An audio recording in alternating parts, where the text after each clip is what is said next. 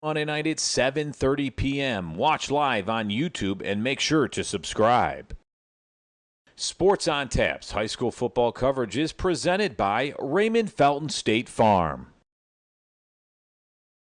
With the auto insurance market constantly changing, call a professional that will put your needs first. Ray Felton State Farm is a team of licensed professionals that will assess your risk, explain coverage in detail, and assure you understand what would happen if you ever found yourself in a claim situation. You can visit rayfelton.com or call their office at 234-284-2996 for a free quote on your home, auto, renters, and life insurance needs. Whether you're hosting a corporate event, wedding, conference, concert, or any other special gathering, our comprehensive range of services will exceed your expectations and elevate your event to new heights.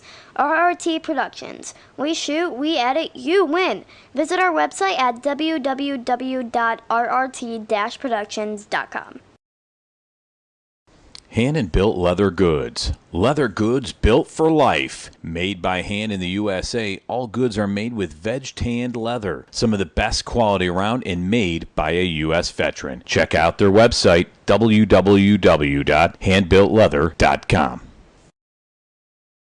GV Art and Design is a creative boutique specializing in original artwork, design, and apparel. With 4 locations in Lakewood, Avon, Willoughby, and Kent, you can visit their store and check out their collections including Cleveland sports teams, Ohio colleges, and much more. Use the code ONTAP10 for 10% off your order. GV Art and Design, original and one of a kind.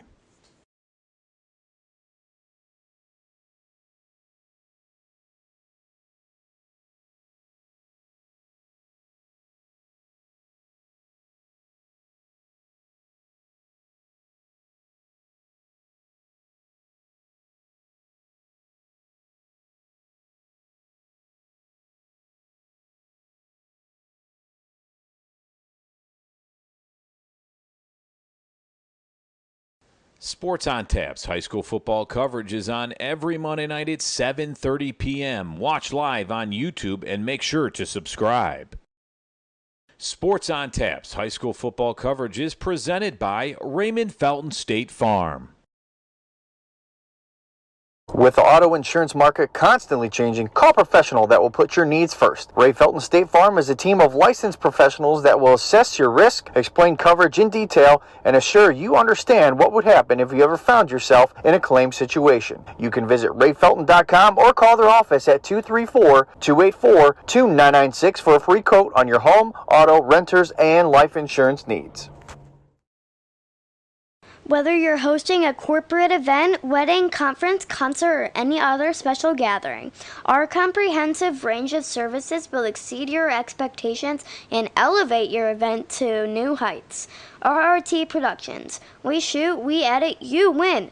Visit our website at www.rrt-productions.com. Hand-and-built leather goods. Leather goods built for life. Made by hand in the USA, all goods are made with veg-tanned leather. Some of the best quality around and made by a U.S. veteran. Check out their website, www.handbuiltleather.com.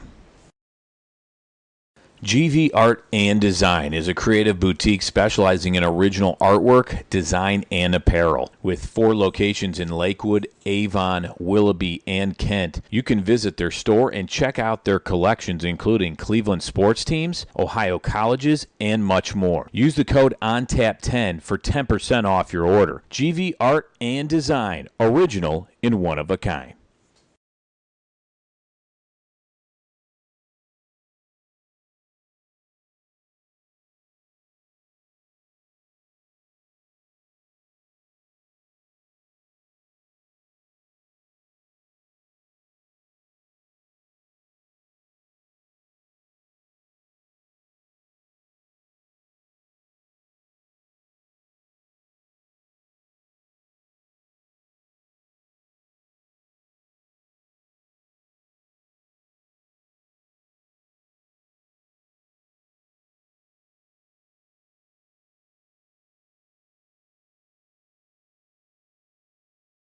Welcome, everybody, to Sports on Tap. This is the Sports on Tap high school football show presented by Ray Felton State Farm Insurance out of beautiful Hudson, Ohio, a team that we'll be certainly talking about here in a little bit. You are watching this live on our YouTube channel, Sports on Tap. Make sure you hit the subscription button and hit the notifications. Get those notifications when we are about to go live with one of our shows, live streams, or broadcasts of some of the sports that we cover. You're also make sure you follow us on Twitter or X at SOT Podcast. Follow us on Facebook at Sports on Tap and Threads at SOT_podcast. We're also on Instagram. And then also our website, where you're going to find all the information you need to know about what we're talking about today, is sportsontappodcast.com. And send any sort of statistics, pronunciations, general commentary, feedback to sportsontappodcast@gmail.com. My name is Ed Dick, alongside Rob Troutman, Dr. Hoops, Noah Jacobson, Josh Jeffy, and Professor Hype Sean Duffy. You heard from our tremendous sponsors. You're going to hear about them a little bit more as the show progresses. But this show, we have a lot to get to here. We don't have a student athlete on this week as well. We have a lot of information we want to talk about. We will be getting back to the student athletes to join our show as the playoffs roll on. But there's just a lot of information, and there's a lot of things to talk about here, so we want to focus on that. So today, just to set the stage, we're going to go through our recaps of the Suburban League, Southwestern Conference, the Greater Cleveland Conference, and the Great Lakes Conference.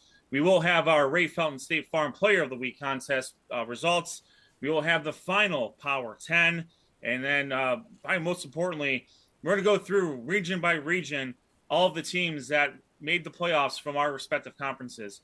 There are 5 conferences altogether that we will be discussing because those are the 5 conferences, those are the 5 regions that made the playoffs out of our conferences. There are at least 3 other regions that have teams that are in our coverage area that unfortunately did not make the playoffs. So there's really not a whole lot to focus on there for us.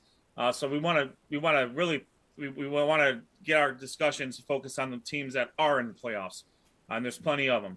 So let's get to it right away. Josh Jeffy is going to talk about the Suburban League Natty. Let's get going. Thanks, Ed. Yeah, the Natty only had 3 games in Week 10. Hudson was off, could not find a Week 10 opponent. So pretty easy schedule for the Suburban Natty. We're going to start off, and all 3 of these games were conference games. So it kind of rounded out the Suburban Natty league play this year, as well as the final regular season game. So we're going to start at Wadsworth. They took on North Royalton, and Wadsworth came away with a huge 49-0 victory. The Grizzlies were up 35-0 at the half. They were led by Kyle Figueroa, who had 241 total yards and 2 touchdowns in this one. Wadsworth's scoring got started. Gavin Madigan, he had 2 receiving touchdowns early on in the game. Now, the defense for Wadsworth, it was in playoff mode in this one. They would only surrender 108 total yards for North Royalton. And North Royalton only had 4 first downs in this game. So, as we always say, a football game was played. Definitely one-sided. Wadsworth is looking really good heading into their round 1 playoff matchup, which we'll get into a little bit later. Another team that's red hot going into the playoffs is the Twinsburg Tigers. They traveled to Stowe to take on the Bulldogs, and they came away with a 40-10 victory. They were led by Aiden Szynski, former guest here on Sports on Tap. He had 25 carries for a total of 215 yards and 3 touchdowns. Joey Pollock, the quarterback, also had 2 touchdowns, 1 passing and 1 rushing. For Twinsburg, this was their first playoff appearance since 2010. So they were able to put some wins together at the end of the season to really get into the playoffs. I should go back. Let me backtrack to the Wadsworth North Royalton game and just let you know where they finished for the season. Wadsworth finished 8-2 on the season. They finished undefeated in conference play, 6-0. North Royalton was 1-9 on the season. They did not win a conference game. They were 0-6. Twinsburg, with their 40-10 victory, improved to 6-4 on the year. They evened up their conference record to 3-3. Stowe dropped to 1-9, and they finished 1-5 in the Suburban Natty. The final game on the docket in the Suburban Natty, Nordonia, they took on the Brecksville Bees. Thank you very much, Sean. And they came away with a solid 23-7 victory. Now, Nordonia started the scoring on a 1-yard run by Brendan Hermensky that put the Knights up 7-0. Later on in that first quarter, Bees would then tie the score when Colin Siebert found Carson Zapkar from 7 yards out. But that's all the scoring the Bees would get. The Knights would later on in the game get touchdowns from Israel Petit and Liam Counts, along with a Colin Rafferty 23-yard field goal. And they just had a solid effort. Once again, welcoming back senior running back Gino Perrine. He had 19 carries for 103 yards. Ben Chester, the quarterback, finished for Nordonia, 16 of 26 for 212 yards, 1 touchdown and an interception. And this is a pretty stereotypical game for Israel Petit. He had 2 receptions, but they were for 80 yards and a touchdown. He's good for at least 1 long touchdown every game. And Brendan Hermensky, the player who scored the first touchdown of the game on defense, he had 14 tackles and an interception. So definitely a chocolate milk effort on his part. Now for Brecksville, they were led on the offensive end by Eli Beach, who once again had a great game on the ground, 23 rushing attempts for 112 yards. And Kyle Keener put together a really nice season. He finished this game with 8 receptions for 92 yards. To end the regular season, Nordonia finished with an 8-2 record. They were 4-2 in conference play. Brecksville has their record evened up at 5-5, and they were 2-4 in the conference. Again, we'll be going over the playoffs seedings here a little bit later. And then just to let everyone know, once again, Hudson did not play. They did not have a Week 10 opponent, but that really didn't affect their playoff standing too much, if at any. But other than that, Ed, that wraps it up for the Suburban Natty for the 2023 regular season. And that regular season championship was won by the Wadsworth Grizzlies. Correct. Undefeated in conference play. So congratulations to the Wadsworth Grizzlies, Coach Todd, Kyle Figueroa, former, both of which were former guests on our show. So what a tremendous season for the Suburban League Natty, and we'll go into what their playoff prospects look like here very, very shortly. So lots to talk about there. Hudson, again, no Week 10 opponent, but the combination of Wadsworth, Nordonia, and Hudson really made for a really good competitive battle near the end. And Twinsburg came on real hard at the end there. And they played tough all year. We've talked about Twinsburg almost ad nauseum, almost more than the other teams, but just what a great season by Wadsworth. Yeah, you said it, Ed. I mean, they're right now the class. I mean, there's 3 or 4 really good teams, and you mentioned the ball. And one thing about Twinsburg is the fact that they played the top 3 teams, Wadsworth, Hudson, and Twinsburg, right smack dab in the middle of the season. And they played those teams pretty tough, and that just kind of propelled them, I believe, to playing really well and a very winnable end of the season for them, and that helped them get into the playoffs. And I tell you what, they're a real dangerous team. We'll talk about that again when we go over the brackets, but I think they're a really dangerous team, and they're going to have a familiar opponent week 1 of the playoffs. Absolutely. So with that, great job in the Suburban Natty. Your first foray into the Suburban League. I think you did a fantastic job with that. Thank you. It was a lot of fun. I appreciate the Natty. It's like it was my calling, for sure. Worked out perfectly. All right, let's shift over to the American Conference with my cohort, my colleague, my compadre, Professor Hype himself, Sean Duffy. He's going to take it away for the American. Well, thank you, Ed. And we'll start out not with Aurora and Highland. We're going to get to that in a little bit because your boy was there live and in person getting rained on in Highland like everyone else on Friday night. And so we'll get to that. But we'll start off with Barberton going in to take on Cuyahoga Falls. And guys, Barberton made a statement in this game. Barberton finishes the season strong with a 49-14 victory over Cuyahoga Falls. Quarterback Dominic Wilson for the Magic, 7 of 11, 97 yards, 3 touchdowns. Pretty efficient, right? Barberton running back Xavier Macon, 7 carries, 45 yards, 2 touchdowns. Also very efficient. Running back Noah DeHart. I may be pronouncing that wrong. Probably am. Great effort. He deserves this great effort because he put in a great effort, guys. 56-yard punt return for a touchdown, also kicked in a rushing TD. On the flip side, quarterback Joey Earl for the Black Tigers of Cuyahoga Falls did have 2 touchdown passes in this game. Both of those went to Valentino Cargill, wide receiver for the Black Tigers. Barberton set up for a playoff run in week 1 for the playoffs. We'll call that week 1. Sure, why not?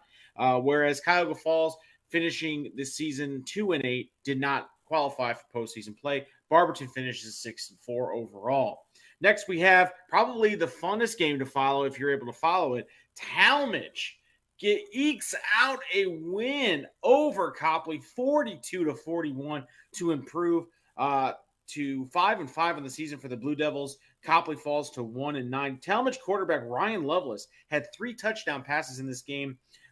2 of those to Caleb Reef-Snyder had 2 of those receptions, and Talmadge running back Cooper Jones had 2 touchdown rushes on the night as well. Unfortunately, with Copley finishing the season 1-9, 0-7 in the conference, they did not qualify for postseason play, and neither did the Talmadge Blue Devils at 5-5.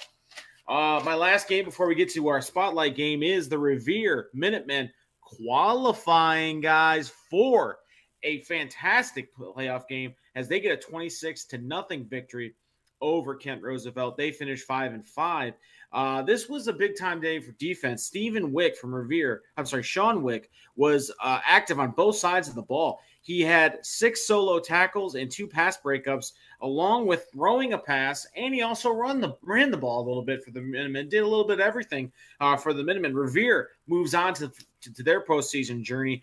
Kent Roosevelt had a pretty good season overall, 4-6. Unfortunately, not good enough to make the postseason for the Rough Riders of Kent Roosevelt. And we move on, so we get to what everyone came to see, right? What everyone cares about, and that is the Suburban League American Conference Championship.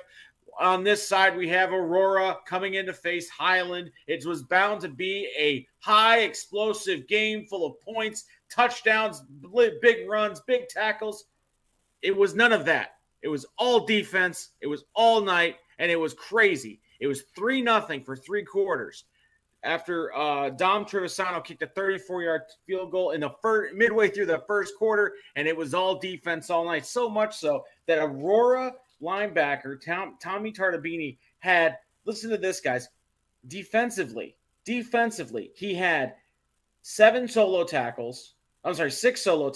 He forced a fumble. He recovered a fumble, and he also had an interception. This guy was all over the field for Aurora in the first 3 seconds, but we get to the action. When the action really started here was when Peyton Janikis for Highland crushed the ball out and cruised for a 34-yard touchdown.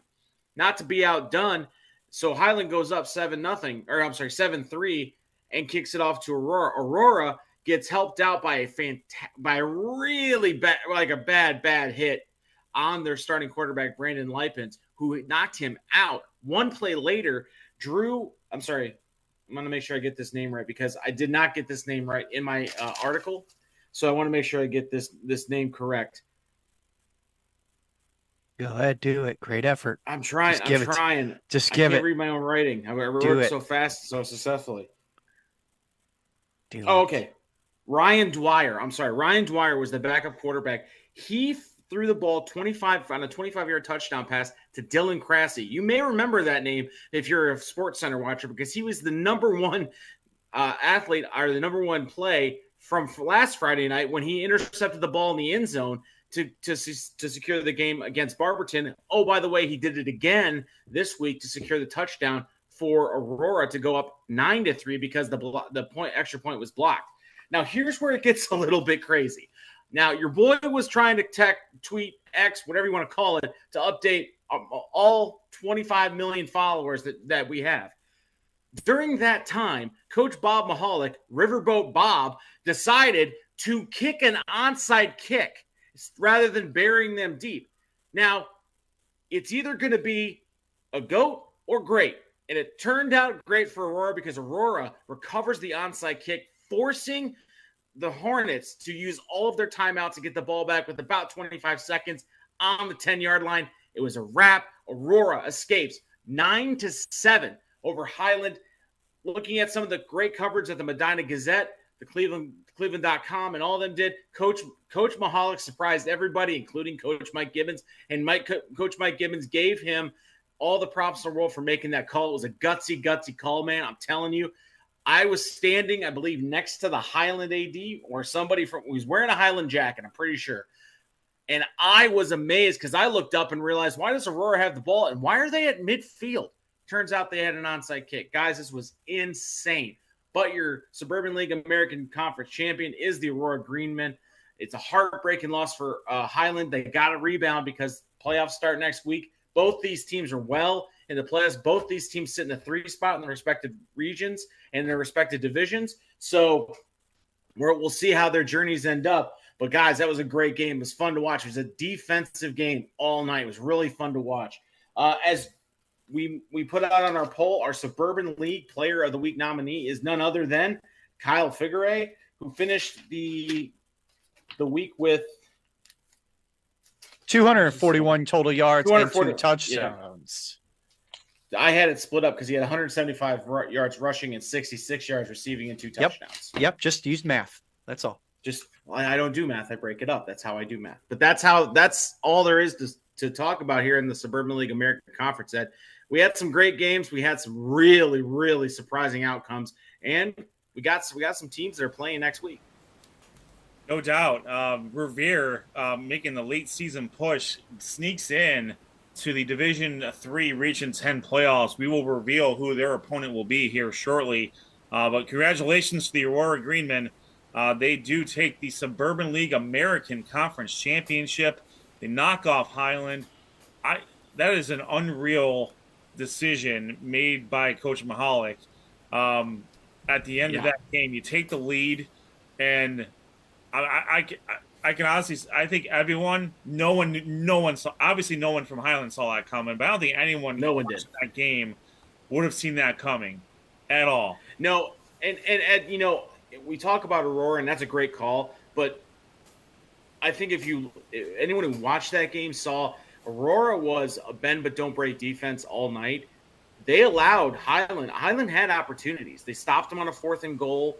They stopped them. They forced 2 turnovers inside the red zone of Highland. I mean, so you saw something that was uncharacteristic from Highland, which was sloppy play. Again, the weather may have played a little bit of that. I think some of the passes coming off Janikis, he was a little bit off. But I think, Aurora had to deal with the same thing. They had some issues as well. It was just it was a rock fight. There's nothing more I could say about it. It was a rock fight. It was fun to watch because if you appreciate, the trenches and all that, it was a fun game to watch. But man, these two teams, especially Aurora lately, has really relied on some late game magic, and their defense came up good for them, and they just made enough plays to win. But we got some teams, guys, in the American Conference that can make some noise in the playoffs, and we got 4 teams out of the division that made out of the conference that made the playoffs. So congratulations to all those teams.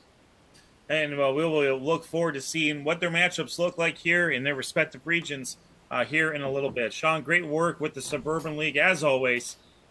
Splitting up the duties, giving half of it to Josh, and you guys made a great. He said duties. Made a great team effort. Great effort for that. All right, let's shift over to Rob Troutman, and he's got the Southwestern Conference, including this game. The conference is already wrapped up before the conference champions are already wrapped up before this week even started. But you still have a rivalry game. The scores are up there, so Rob, take it away. All right, thanks, Ed, and you're right. The conference is already wrapped up, but we'll start first at Berea Mid-Park as they hosted Elyria, the Pioneers. They were without their big-time running back, Kevin Jordan, and their offense, you could tell, struggled a little bit in this one. The Titans, they did get off to a quick start. Scoring first was running back Noah Silva, and then again they would score were the Titans with wide receiver Adriel Mendez. He had a pass from quarterback Danny Bowser. Elyria, they would get on the board with a 22-yard field goal from Tim Rader. The Pioneers, though, again, offensively, it was tough going. They had 50 yards of total offense in the game. And give the Titans defense credit. They really presented some problems to the Pioneers, who didn't have their star running back. But listen to this. The Titans, they fumbled the ball 6 times in this football game. And granted, the weather probably wasn't great, but they recovered all of their fumbles. As the Pioneers, they would fumble twice, and they lost both of their fumbles, and they were on pretty nice drives down in Berea Mid-Park territory. So give credit, though, to the Berea Mid-Park defense, limiting the Pioneers' offenses. They roll in this one 28-3. The Titans, big winners as they improved to 6-4, 5-2 in conference, which I think is very impressive. And they've had just a great season. Elyria, they went 1-9, 1-6. Again, it was Berea Mid-Park 28-3 winners. For the Titans, it was running back Noah Silva. He finished with 101 yards rushing and 2 touchdowns. Quarterback Daniel Bowser threw for 133 and a touchdown. And for Elyria, they were led by Stephen Gilbert at running back with 53 yards rushing. All right, Amherst and North Ridgeville. And I thought this was going to be a great game to see. Well, it was just the opposite, as the Rangers' Tavon Swain. This is a kid that has really stepped up big on offense for the Rangers. He would score twice in this game, helping the North Ridgeville offense really roll in this one, considering some of the injuries the North Ridgeville team has had this year. He would score first, and then Charlie Steinmetz, he would also score twice in this game. As well. The Rangers in this one, they blank the Amherst Comets 36-0, which is surprising to me. But North Ridgeville's defense, let's give them credit. An Amherst offense who puts up a lot of yards and points were held to 157 total yards in this game. For the Rangers, they were led by Joey Wilson. He would get a touchdown and rush for 93 yards. And for Amherst, J.R. Byers rushed for 67 yards. North Ridgeville, again, a 36-0 winner. North Ridgeville improved to 7-3, 4-3 in conference, and Amherst falls to 3-7 and 1-6. Olmsted Falls and Midview, a big rivalry that would score 80 points from both teams combined in this one. Midview, they would score first with their quarterback Ethan Albert on a 68-yard run. They would get off to a 7-0 lead. Well, it didn't last long because Olmsted Falls, they would answer with their quarterback. And it was Jimmy Rossell who would score on a run of exactly 68 yards. So it was 7-7, and Olmsted Falls would answer right there. Then this went back and forth for a little bit, and the Bulldogs, they would get in their groove offensively, though. They would outscore Midview 21-0 at one point. And at halftime, the Bulldogs did lead this one 35-19. Then after half, Olmsted Falls, they would get up as high as 42-19 in this game. And Midview, they weren't done, though. They would mount a comeback, getting as close as 42-31, thanks to quarterback Ethan Albert. Rose and Anderson also had touchdown runs for Midview. Olmsted Falls, they had 548 yards rushing in this game. They didn't have any yards passing, and it was Owen Singleton, the sophomore running back, 162 yards rushing and 2 touchdowns. Quarterback Jimmy Rossell, he had 8 rushes, 152 yards and 2 touchdowns. Trent Habernicki, he had 110 yards and a touchdown. Derek Neckar, 95 yards and 2 touchdowns. And for Midview, quarterback Ethan Albert, he had 2 touchdowns on the night. All right, I'm going to try to play my video here as I get my notes ready. I was able to figure kind of this out a little bit on the fly. So we'll put up... We'll get this rolling here with some of the videos from my featured game of the week. And it was Avon Lake versus Avon. And this was a great rivalry to be a part of. Really, the stadium was rocking. Both teams getting ready. And Avon, you know, they had some great drives. But Avon Lake, they made it tough for them early on as they had to rely on an Owen Warwick field goal to start things off as their drive stalled early on in the game. And then that drive, they had another drive by the Eagles because Avon, they would stop Avon Lake in this game and turn it over. Then running back Tyler Kaufman for Avon went 16 yards to the house, a score on a touchdown. Avon Lake, they would score on a huge kick return. It went for about I mean, 75 yards at least, but the play got called back because of holding, and that was a really huge part of the game and a little bit of a turning point in this one. Then it was wide receiver Grant Barr. He would connect with quarterback Nolan Good for Avon on a 49-yard pass. The Eagles running back Tyler Kaufman, he also would score from 73 yards out, and at halftime it was 24-0. Avon had the lead. And we'll go to Tyler Kaufman touchdown, show you what he did. But he was very impressive running the football. And, you know, he didn't really play a lot last year. You can go to our website, sportsontappodcast.com, where we interviewed him after. And he said he didn't play a lot last year, but he prepped for this moment in this game. As, again, Avon was very impressive when they were running the football in this one. But Avon's defense, they held Avon Lake in this one to 40 yards of total offense. And the Avon ends the regular season with a 45-0 win. The Silver Rail Trophy stays in Avon with the Eagles. And for Avon, it was running back Tyler Kaufman. He ended with 94 yards rushing and 2 touchdowns. Jacorian Caffey finished with 88 yards and a touchdown. Quarterback Nolan Good, he did get a little bit banged up, but with a week, I'm sure he'll be ready to go for the playoffs. And for Avon Lake, Jake Bova, he rushed for 18 yards, and that was about as good as it got for Avon Lake. No offense could be sustained for them in this one, so give Avon's defense credit. They really contained the running back of, and it was a 3-headed monster for Avon Lake trying to get something done with Jake Bova, and they couldn't do it there. The SWC Ray Felton State Farm Player of the Week nominee is Olmsted Falls quarterback Jimmy Rossell. 8 carries, 152 yards, and 2 touchdowns in a big win versus Midview in that rivalry. So, again, a great job by Avon, and you know they're just continuing their dominance in the SWC. This was a great rivalry game, and you thought Avon Lake would maybe hang tough and hang close in this one, but just too much offense. And really, you look at this Avon team, they can run the ball, they can throw, and defensively they're just a complete team offensively and defensively, and they showed in our featured game here. No doubt. And, you know, this game had gotten moved to week 10. It's usually earlier in the season. I mean, I think for many years it was the first week of the year when they were in conference play. And then when Avon joined the SWC, it was one of the first games in the conference play. And you know, we talked to Coach Elder about that earlier in the year, about the rivalry game being at the end of the season. Now, Avon already had clinched the outright championship, but they, you know, obviously it's a rivalry game, and it's not very often you see Avon Lake shut down that much. You know, Coach Kostelik runs a really good program over there, and boy, Avon is just, they're on a completely different level than everybody in this conference, and you can argue a lot of the teams that they're going to be playing in Division II, Region 6.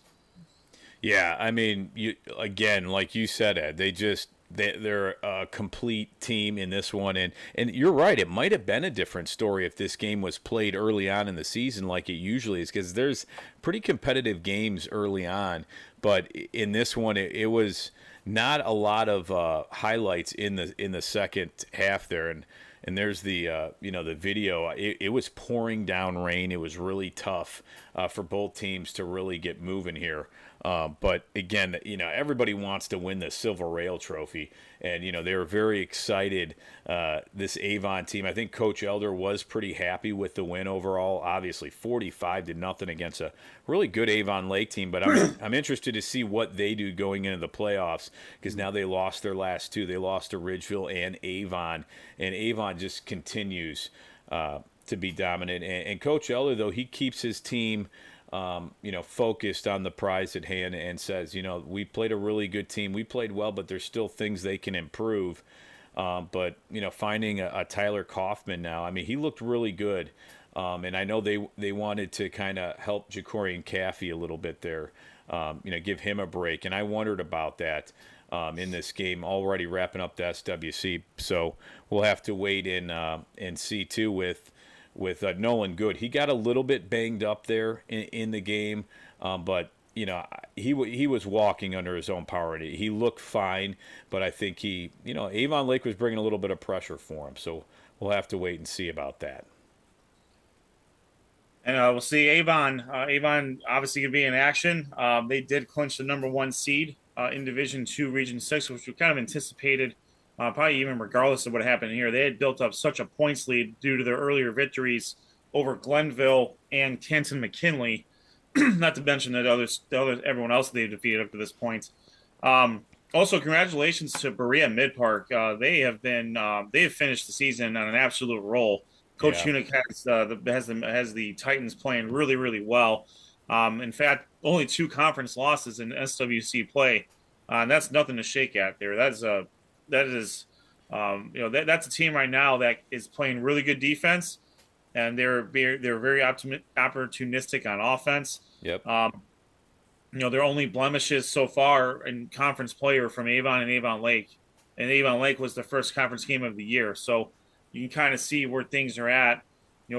I think every coach is going to tell you they want their teams playing their best ball near the end of the regular season, and I think there's zero doubt that Coach Hunick and the Titans are doing that. Yeah, you're absolutely right. I mean, I thought they had probably one of their best seasons with Coach Hunick was this year, winning. I mean, like you said, 5-2 in conference. Obviously, the Avon loss was huge, but Avon's done that to a lot of teams in the SWC this year. Berea Mid Park, you're right. They're getting hot at the right time going into these playoffs. I think they're a team to look at. I think they have Massillon Jackson. We'll go through all the pairings and matchups coming up, which I'm excited to see. I think there's some great matchups in the first round, and then there's some matchups that you feel bad for the teams because it's going to be a tough way of sledding in round 1, but there's some really great matchups, and I thought the SWC was very competitive this year. Avon Lake, a little surprising that they dropped at home to North Ridgeville. I thought that was a huge loss for them, but the Rangers are much improved this year. So I think we've seen, look at Amherst. I thought were very improved this season as well. Elyria, it's going to take a little time for them to get back, but they were kind of seeing what they had. And they edged out and made the playoffs. So, we'll see what happens with some of these SWC teams making the playoffs. And there's some great games, but, I think Avon, the way they're looking in these playoffs, I think obviously they're focused at the game at hand in week 1 or as week 11 rolls around in the playoffs. But, when I look at big picture, you look at Akron Hoban, they competed with St. Ed's, and you look at Massillon. Those are the 2 top teams I feel like that are just all around good. You have 3 really good teams, including Avon in there, and Massillon and Akron Hoban. Man, that's going to be a juggernaut. That's for sure. They obviously all these teams have to make it there, but if they make it there, it could be interesting. No doubt, and we'll certainly get into. Well, at least we'll get into Avon and Hoban's region, being that we have lots of influence with those 2 regions here soon. But overall, great work again on the SWC, Rob. Been our stalwart with the SWC really since our inception in this current format, and it's worked out great. So awesome job this year. Great work with the highlights. Same with Josh and Sean with the highlights as well. And then the stories. So fantastic work there. All right, let's shift over to Dr. Hoops. He's going to cover the Greater Cleveland Conference. Lots of, a couple of really, really good games here. And then a couple of games that were in fact played. So go ahead and let's get this going here with Dr. Hoops. All right. Well, thank you, Ed. We'll start off with week 10 here in the Greater Cleveland Conference. The Medina Bees were taking on the Solon Comets as guys. As we always say, a game was played in this one. Medina quarterback Danny Steiner finished the game. He was 30 of 41 for 266 yards, 3 passing touchdowns in this game. He also had 2 interceptions. Wide receiver Austin Knowles had 6 catches for 104 yards and a touchdown. Medina running back Hoover Josephic had 5 carries for 64 yards and 2 touchdowns in this game.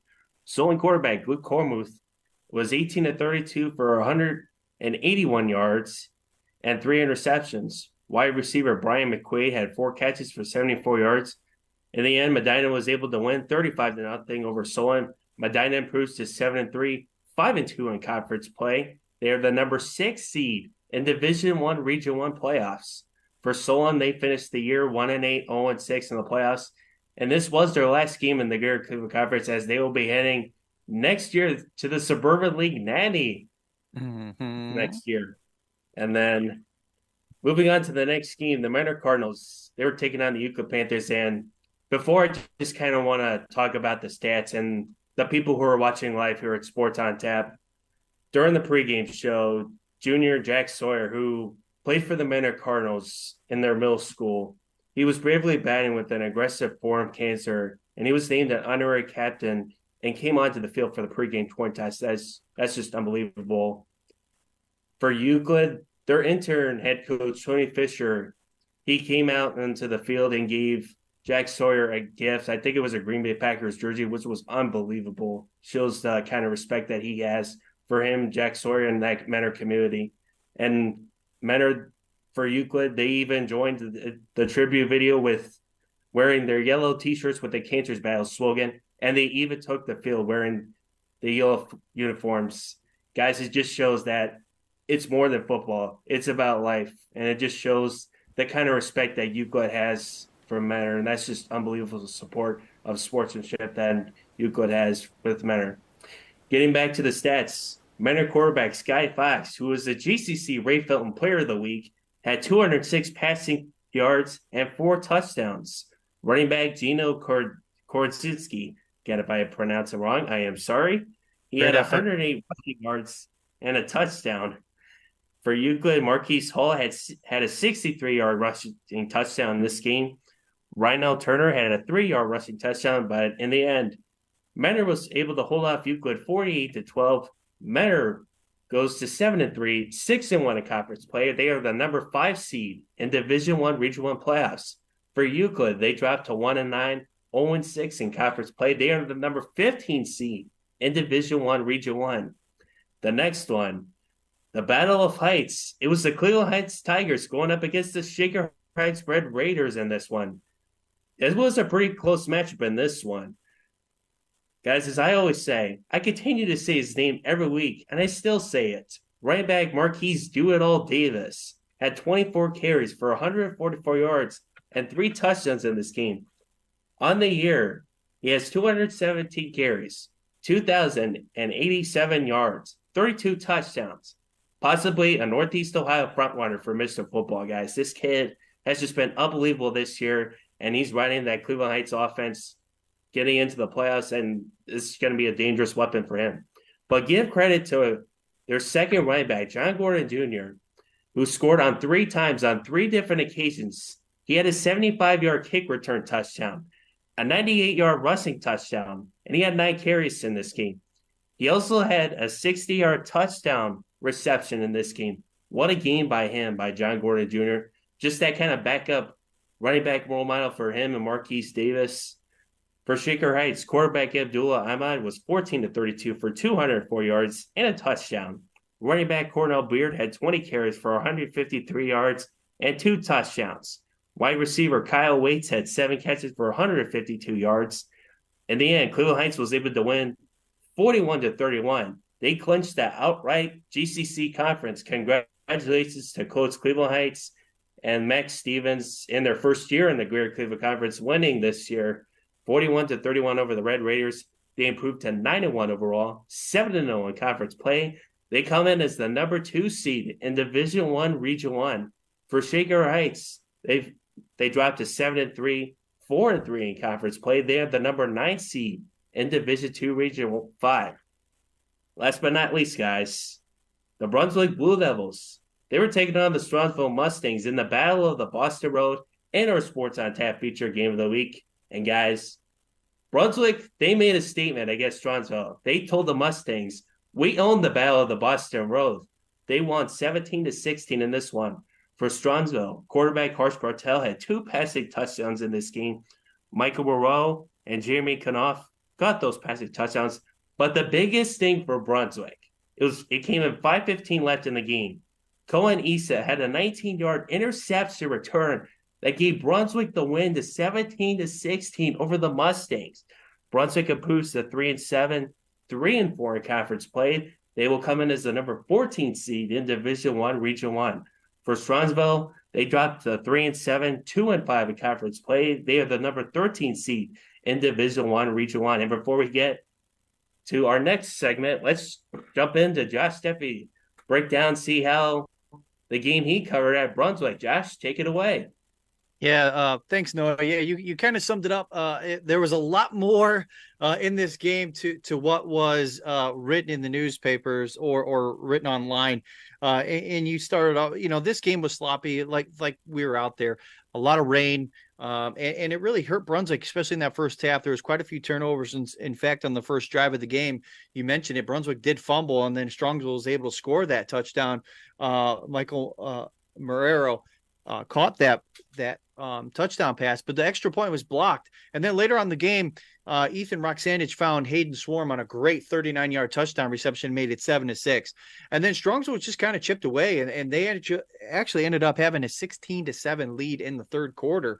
And then Brunswick kind of went back to the old Brunswick ways of running the ball and really had some outstanding drives in the second half of the game. In fact, one of their long drives in the third quarter ended up with a 22-yard field goal. The other one, and this is where it kind of got a little questionable for me, the other one ended on a fourth down. Strongsville's defense was able to hold. And then on the very first play, with over 5 minutes, just under 6 minutes left in the game, up 16-10, they were passing the ball. And I was kind of questioning to myself, this situation, you run the ball, run the clock.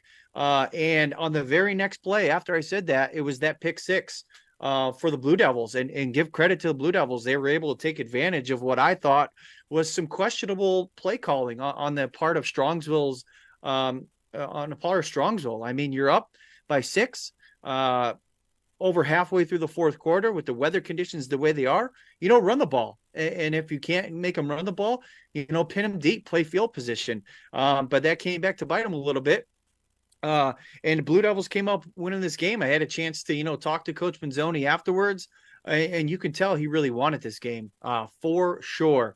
And for a Brunswick alum, it was good to be back at Judy Kirsch Field for some of you old school Brunswick Blue Devil alumni, but Brunswick Automart Stadium, it was good to be back in there. But yeah, I mean, it was a good game. The type of game that you would expect between bitter rivals. No, I think you posted on our Twitter/X page that this was the 60th meeting between these two teams, and it's it lived up to the hype for sure. And I, unfortunately for me, just my opinion, I think Strongsville kind of lost that game for themselves with some questionable play calling there at the end. I do have a question, Josh. Just one question, because okay.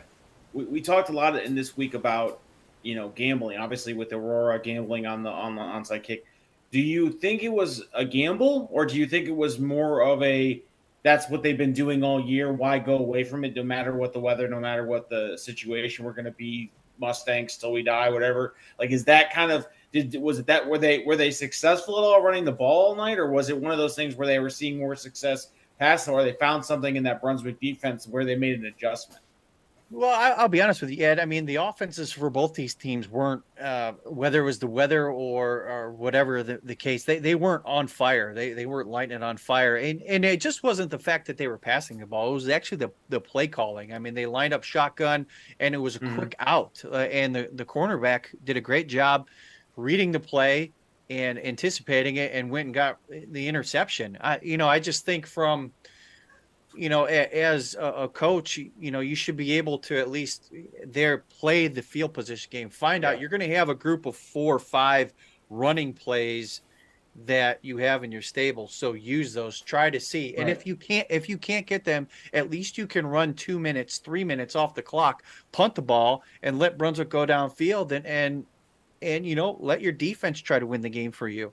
I just think in that time and that portion of the game with 5.5 minutes left, and you have possession of the ball at your 20-yard line, run the ball, run some clock. Yeah. And even little things like earlier on in that corner, when Brunswick forced Strongsville to punt, Strongsville punted the ball with 20 seconds left on the play clock, and time running. Let that clock go all the way down and punt the ball. use the clock to your advantage, and we see it a lot. Just again, just my humble opinion from the sidelines. No, I've seen a lot of high school football games, and I understand what you're saying. They're doing what they're doing, but like anything, time and place, and you have to be willing to adjust. Yeah, I just didn't know if it was one of those things where they just weren't having, like you said, the offenses weren't playing well. Was it just like running the ball? Could it have been like there was a situation of exchange if they run like that read? I don't know. I haven't really watched Strongsville this year, so I'm not familiar with the type of offense they run, whether it's a spread or a read option. Well, and maybe they were concerned about center exchange or anything like that. No, Strongsville had a good running back, and I apologize, his name escapes me. Number 4, he was having a very good night for them, and he was able to get some big chunk plays during the course of the game. I just maybe they were trying to catch Brunswick off guard. I don't know. I was going to say, even with the rain, I'm sure that probably went to the running backs. That probably be good for them. Passing the ball in rain is going to be a tough thing. You can still do it. But running the football in rain is probably not a bad idea. And if your offensive line has success, Strongsville's always had a good offensive line. I feel like they've really had success on that O-line with guys going D1. That's what they always used to. Both teams I think can pass, but they always used to run the ball and run the ball hard and physical. So. That's how Brunswick-Strongsville's always been. We all know how those games have gone. And real quick, Brunswick did score that go-ahead touchdown, though we're 5 minutes left, so there was plenty of time. To get back in this one. I know some of it may seem like hindsight being 2020, but just leading up to that, I didn't think that specific play that eventually led to what would be the game-winning touchdown was a little unnecessary. I want to say, I want to give props. This would be come as no surprise to anybody. I want to give props to sophomore kicker Vincent D. Teodoro. There you go. I happened to be at the game. I took my son to the Brunswick Soling game last week for a half just to get him the experience. He said he wanted to go, so he as a result, Daddy paid for a football game for the second time in 25 years, but nonetheless, he had missed a kick last week. Now, mind you, that didn't really do much because they won 34-0. But for him to come back as a sophomore, no less, make a field goal and then make a very high pressure kick at the to put Brunswick on top. Extra points are not gimmies in high school. They're gimmies on TV. They're not gimmies in high school, unfortunately, and. Any fan in the stand, I'll fight them if they want to talk about that. Okay, all right. So good. So very very good bounce back by the sophomore there, and we'll obviously see. Congratulations to Brunswick, and probably not more importantly, but congratulations to Cleveland Heights. They have not lost a conference in 5 years. They were. Wow. 4 times running Lake Erie League champions, and they picked up exactly where they left off against, I would say, a bigger competition from a number standpoint, but also they stepped up in class, playing. They beat Medina, they beat Menor, they defeated everybody they played from Ohio. They defeated, and Shaker Heights certainly gave them a run. Last week, Medina and Menor gave them some really good games over the course of the season, but congratulations to Coach Stevens, Coach Hicks as well, who came on our show. Great job by the Cleveland Heights Tigers. You can't say enough about what they did, and they earned this title. It's not very often where a school comes in and just and picks up where they left off the last conference. They did it. So we'll certainly see what them and what the other teams in the Greater Cleveland Conference do in the playoffs here. We will certainly get to that here shortly. So, Noah, great job on your first season covering a conference for us. Certainly looking forward to seeing what the playoffs bring. But great work, and we'll shift now over to the Great Lakes Conference. That's my conference. Certainly lots to talk about here. I'm going to go through all of my games first. And then Noah was at one of our last featured game of the week, which was Holy Name of Valley Forge. Spoiler alert, I did zero research on that. So Noah's taking this one for me because he was at the game, so he should talk about it. I will talk about more about I will bring up the records and such afterwards, just to clarify that. But Noah's going to take that game for us here. Let's start with Buckeye and Normandy. Buckeye was looking to put themselves in position for a share of the Great Lakes East Conference title. They needed to win this game and get a little bit of help.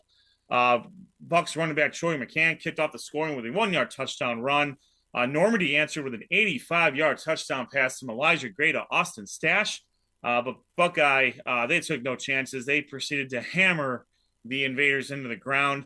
They scored the next 41 points for a 48-12 victory. For Buckeye, Casey Murray was 6 for 6 passing for 90 yards and 2 touchdowns. He also ran 4 times for 25 yards and a touchdown. He became Buckeye's all-time leading passer with 2,992 yards. So congratulations to Casey Murray on his accomplishment there. Troy McCann rushed 26 times for 175 yards and a touchdown. Gage Nagy rushed 13 times for 94 yards and a touchdown. And tight end Trey Weidenmeyer, he was efficient. 2 catches, 27 yards, 2 touchdowns. For Normandy, Elijah Gray, he's put up some really good numbers against some really good teams.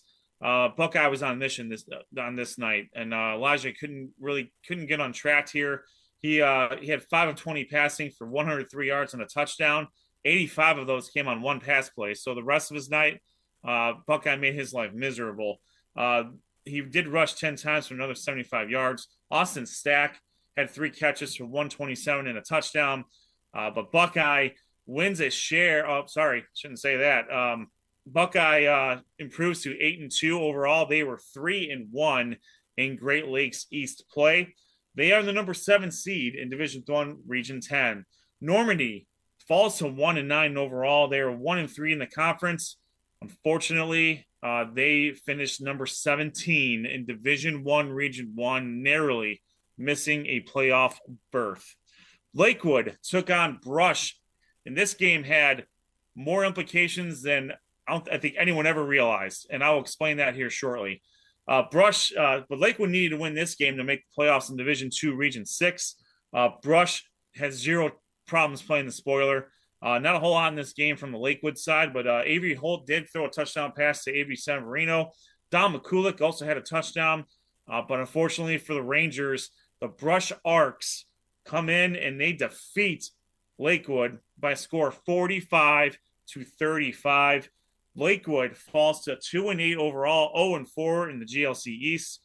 They finished 17 in Division II, Region 6. They just missed the playoffs.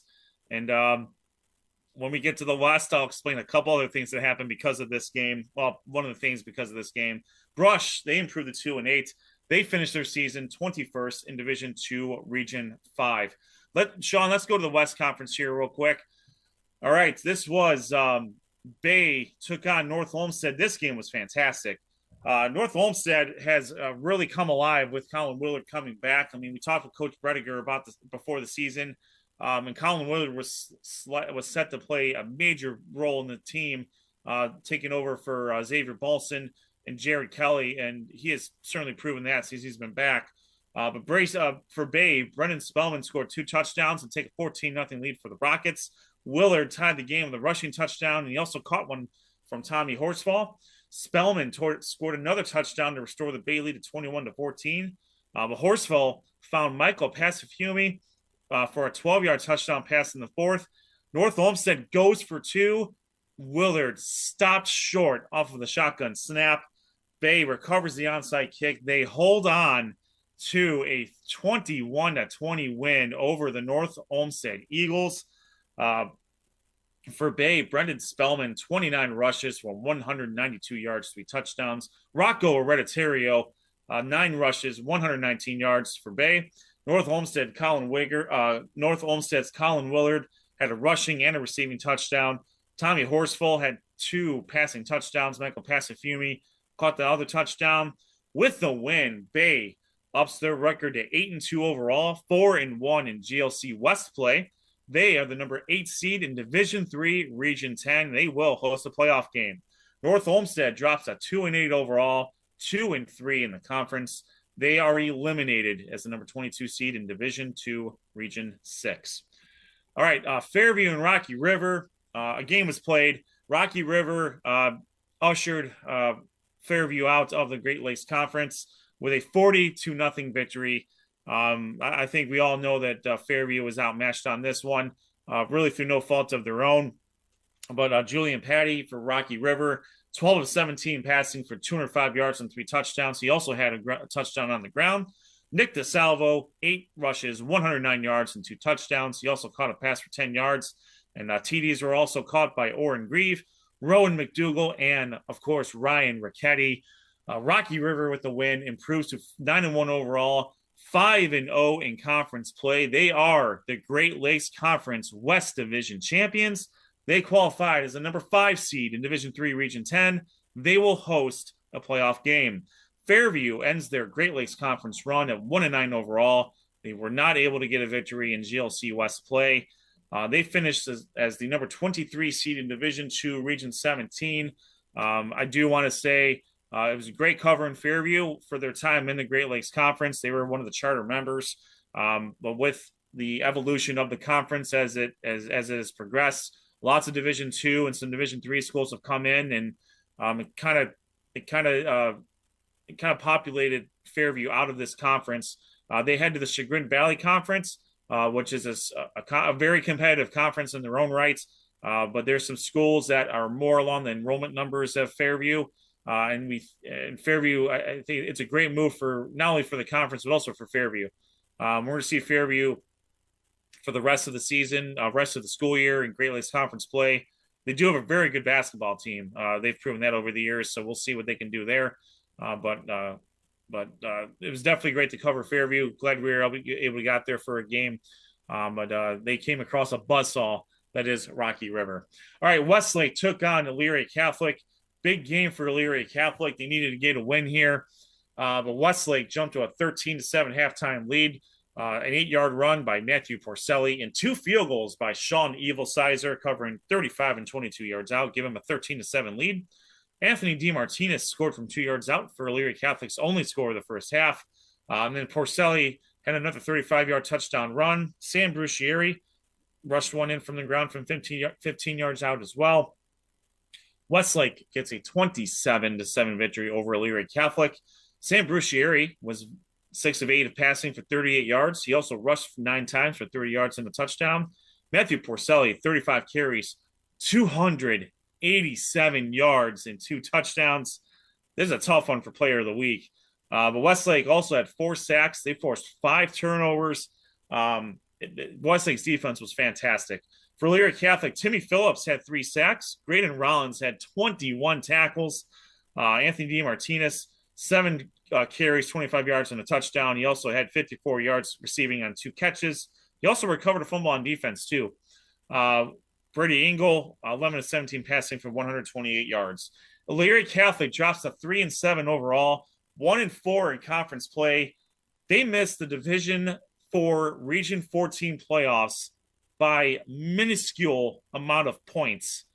They just missed. And one of the teams they defeated was Lakewood, and Lakewood and North Olmsted for that matter. So they needed some help on the level 2 points, and they did not get it. They just missed out on playoffs.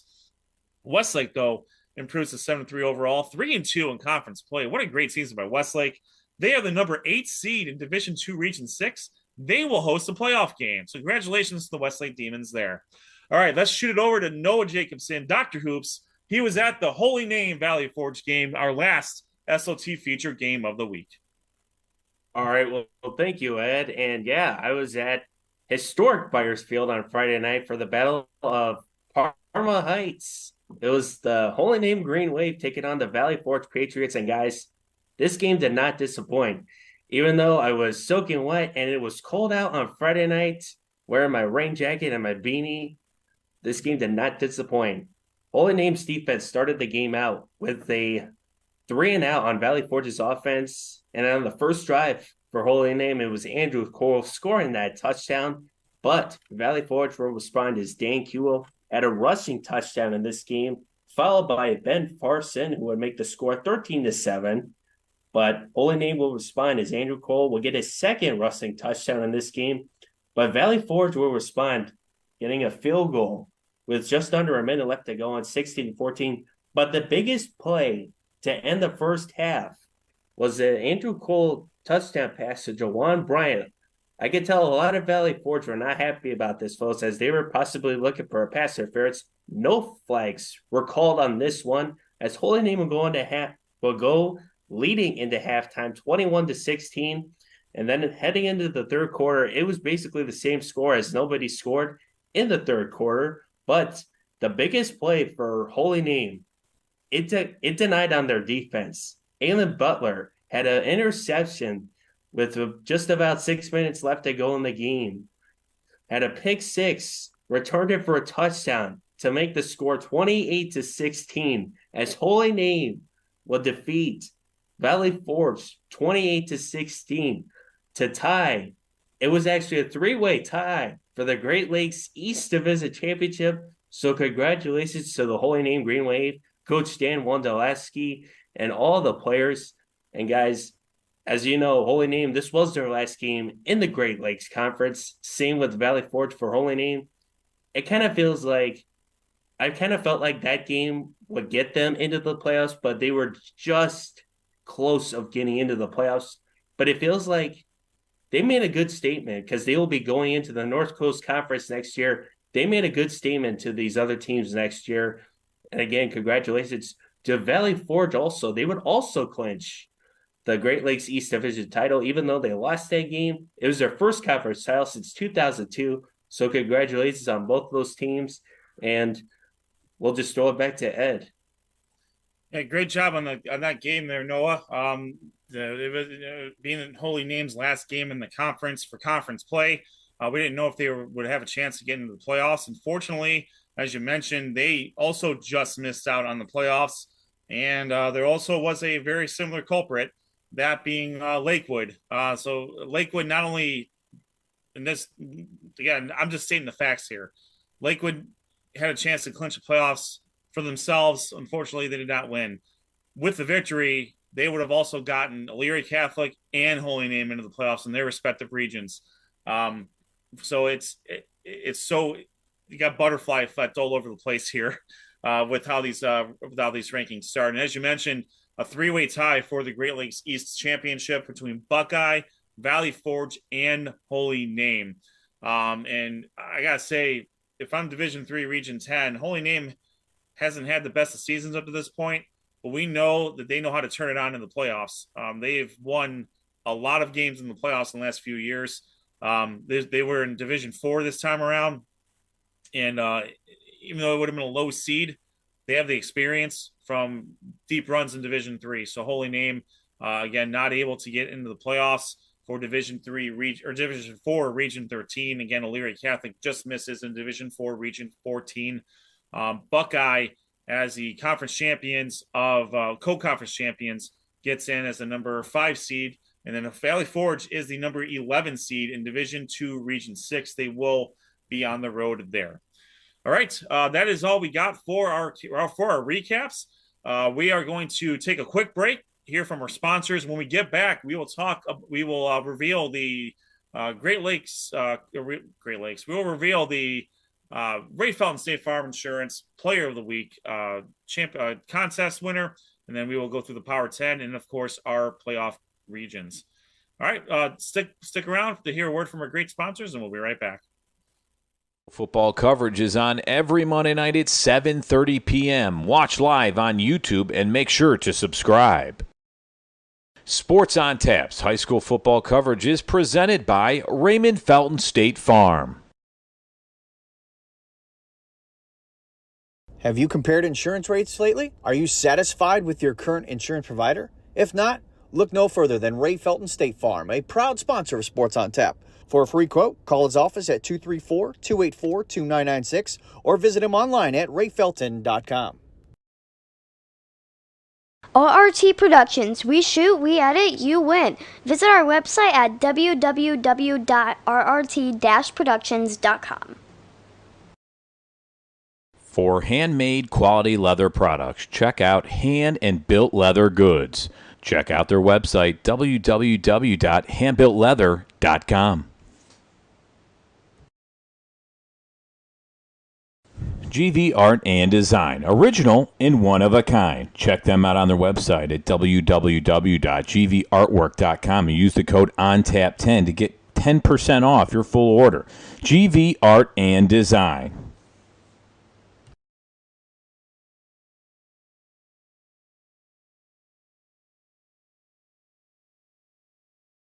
Like that's not.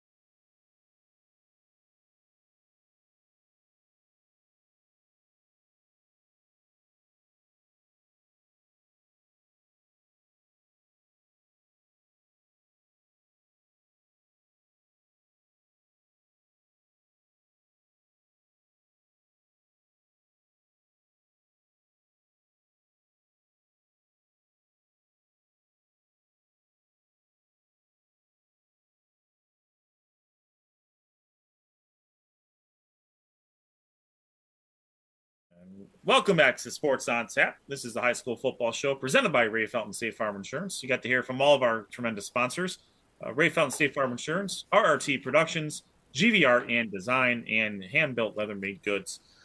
Make sure you check out all their websites to get more information. Use their products and services as well. I did not mention the Great Lakes Conference Player of the Week nominee.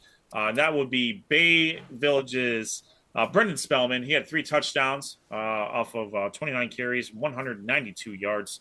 Again, it was a tough one between him and Matthew Porcelli. But Brendan Spellman with a tremendous effort helping Bay get where they need to go there. All right, Josh and Rob, as we always do, let's kick it over to you guys for the Great Lakes, or I said the same thing last time. The Great Felton State Farm Insurance Player of the Week contest winners. I'm just going to keep my mouth shut and let you guys do it. All right, thanks, Ed. So once again, our nominees, and Rob, you have to help me with his name again. Yeah. Jimmy Russell from Olmsted Falls, Scotty Fox from Menor, Kyle Figueroa from Wadsworth, and the aforementioned Brendan Spellman from Bay. And with 44% of the votes, it's your boy Rob from Olmsted Falls. Man. Laying it down for the Southwestern Conference. Yeah, that's our second Bulldog to win, as Singleton was the first one to win earlier this season. So congratulations to him. He had 8 carries, 152 yards, and 2 touchdowns, and I think he only passed 3 times. But when you rush for 500 and I don't even remember 48 yards, on the ground, that's just crazy to me. But Olmsted Falls always finds a way. And they did there. So congratulations to him and all the other nominees. I mean, what great performances. All these guys have great performances. We wish all of them could win. But Jimmy can take his buddies to Chick-fil-A. Or you could take the host of Sports on Tap. Yeah. Just saying. I know. Just saying. I'm right down. We're not too far away. No, we are not. Very good. Congratulations. Another Ray Felton State Farm Player of the Week winner, and we thank Ray Felton State Farm Insurance for being the presenting sponsor not only of the show but also of our Player of the Week contest and hooking our kids up with a nice prize package, including the aforementioned gift card to Chick-fil-A. All right, let's get to it. The last Power 10 of the season, and we are going to power through the bubble here relatively quickly, and. There's the audible, Sean. I thought about it a little bit more. So the bubble, again, teams that just missed out. So Buckeye, Berea Mid-Park, by virtue of their relatively good, they were second place in the Southwestern Conference with a 5-2 record, and I thought that should be recognized here. Bay Village, tremendous runners-up in the Great Lakes West Division. North Ridgeville and Olmsted Falls. Really good seasons for them. I mean, Olmsted Falls, depending on how you look at it, you could call it a down year for them because we're used to seeing them in the 9-1, 10-0, 8-2 range, but they're usually a problem come playoff time. And again, the SWC is a meat grinder, as we've always talked about. So 3 SWC schools, right off the cusp there. So congratulations to those teams, and good luck to each and every one of them in the playoffs. Power 10, let's get to it. Number 10 is Nordonia. Number 9 is Highland. Number 8 is Medina. Number 7 is Mentor. Number 6 is Hudson. Number 5 is Rocky River. Number 4 is Aurora. Number 3 is Wadsworth. Number 2 is Cleveland Heights. And as if there was any doubt about this one, number 1, they run the table. They run the gamut. Avon as the only undefeated team in our coverage area. Not only that, but they scored the most Harbin points as well. And as such, they are the Sports on Tap regular season Power 10 poll champion for this year. So we rewarded, as you can see, we have 5 conference champions in the top 5. And if you look at it from a computer points perspective, that about bears out to be the same as well. Cleveland Heights, what a great season they had. They are, they're slightly ahead of Wadsworth. Their only losses are to Medina in a very tough school from Maryland. Aurora, huge victory over Highland. And you can make an argument that whoever won that game was probably going to be in this spot because there are a ton of computer points at stake there. Rocky River, as the Great Lakes Conference West Division champion, their only loss is to a powerhouse themselves in Sandusky Perkins. Hudson didn't play, and they were a conference runner-up, which is why I have them slotted there. Mentor and Medina have been right next to each other the entire season, and there was no reason to change that. Highland falls beneath Medina there, and then Nordonia, great season, but they slot in at number 10. So that's what we got for the Power 10 this season. I will allow any comments for next minute or so. It's funny because I thought Mentor and Medina, man, they got sneaky with that 7 wins because I thought at one point they were a 4-3, teams that were, kind of up and down a little bit this season, and all of a sudden they're both 7-3. Aurora just had a strong season. Cleveland Heights, man, I would love to see an Avon Cleveland Heights game. I would love for that to get scheduled because I think that would be a great game. Cleveland Heights has played some really tough opponents, as have most of these teams in your top 10, and just impressive season overall. And I thought you did a great job with the Power 10. Really, not too many comments from our large support of fans that look at the Power 10. It always gets pretty big reviews online, but I haven't had too many comments where I've seen other rankings get quite a bit of comments. So you must be doing something right with that. And our minute is up. Our minute is up. No more comments. It's expired. Moving on. Yes, absolutely. So that is a very I think Avon and Cleveland Heights would be a fantastic non-conference game, and we know that Coach Elder doesn't shy away from a challenge, and Cleveland Heights certainly doesn't. They're all about the competition, especially where they're at now. Yep. All right.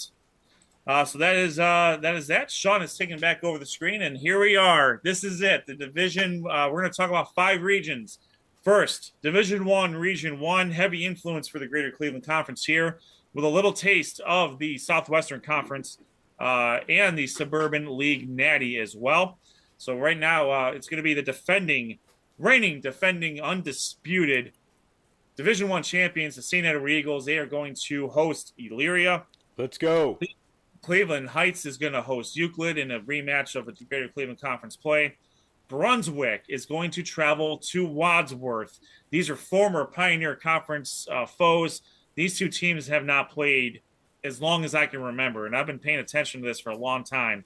So I think a lot of people in both cities are looking forward to this matchup. Straunsville is going to travel to Canton McKinley to take on the Bulldogs at Tom Benson Stadium. St. Ignatius, they only have 1 win this year. That 1 win against Mentor. So we got a rematch here, and that win against Mentor is the only reason that St. Ignatius is in the playoffs. John Marshall is going to travel to Medina. Congratulations to John Marshall, Senate athletic team from the city of Cleveland. So congratulations to the Lawyers there. Maslin Jackson is going to travel to Finney Stadium to take on Berea Mid-Park, and Lorraine is going to travel to Canton to take on the Glen Oak Golden Eagles. I guess we'll start. Let's start with the Greater Cleveland Conference here, mostly because there's most of the schools are here. Noah, out of the Greater Cleveland Conference schools, who do you think has the best chance of moving on? Well, I think in this game, I think the Mentor and St. Ignatius game and the Wadsworth Brunswick game, I think let's start off with St. Ignatius and Mentor because both of these teams, this was a rematch from week 3, and Mentor had a chance to win that game, but in the final seconds, the clock was winding down and Mentor lost that game. But it feels like this is Menor's chance to get right back on track to St. Ignatius and for Wadsworth and Brunswick, like you said, Ed, these teams haven't played possibly in a long time, but it feels like Wadsworth. When I was at the scrimmage, it was Brunswick and Wadsworth. Wadsworth was leading 14-0, but give Brunswick credit. They came back and beat Wadsworth. It was only one half scrimmage. There's only one half scrimmages in high school, folks. Give Brunswick a lot of credit. They came back and they showed Wadsworth who they really are. And I feel like Brunswick, they're going to give Wadsworth a really good game here. But do not deny the Wadsworth offense. They have been really outstanding so far this year. But it feels like this game is going to come down to the wire between both of these teams. And it should be really outstanding games.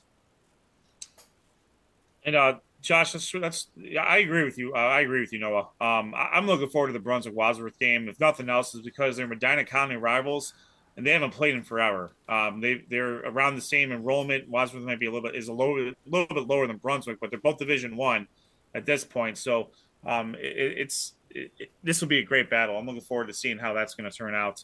I think a game's going to be played between Euclid and Cleveland Heights. They just played about 2 weeks ago, so they're really familiar with each other.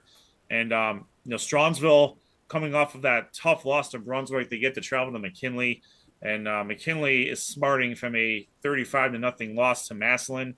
There's some stuff that happened after that game, so I don't know if there's any suspensions there that may affect who the Bulldogs are going to be having in that game. But that's going to be tough sledding for Strongsville going down there.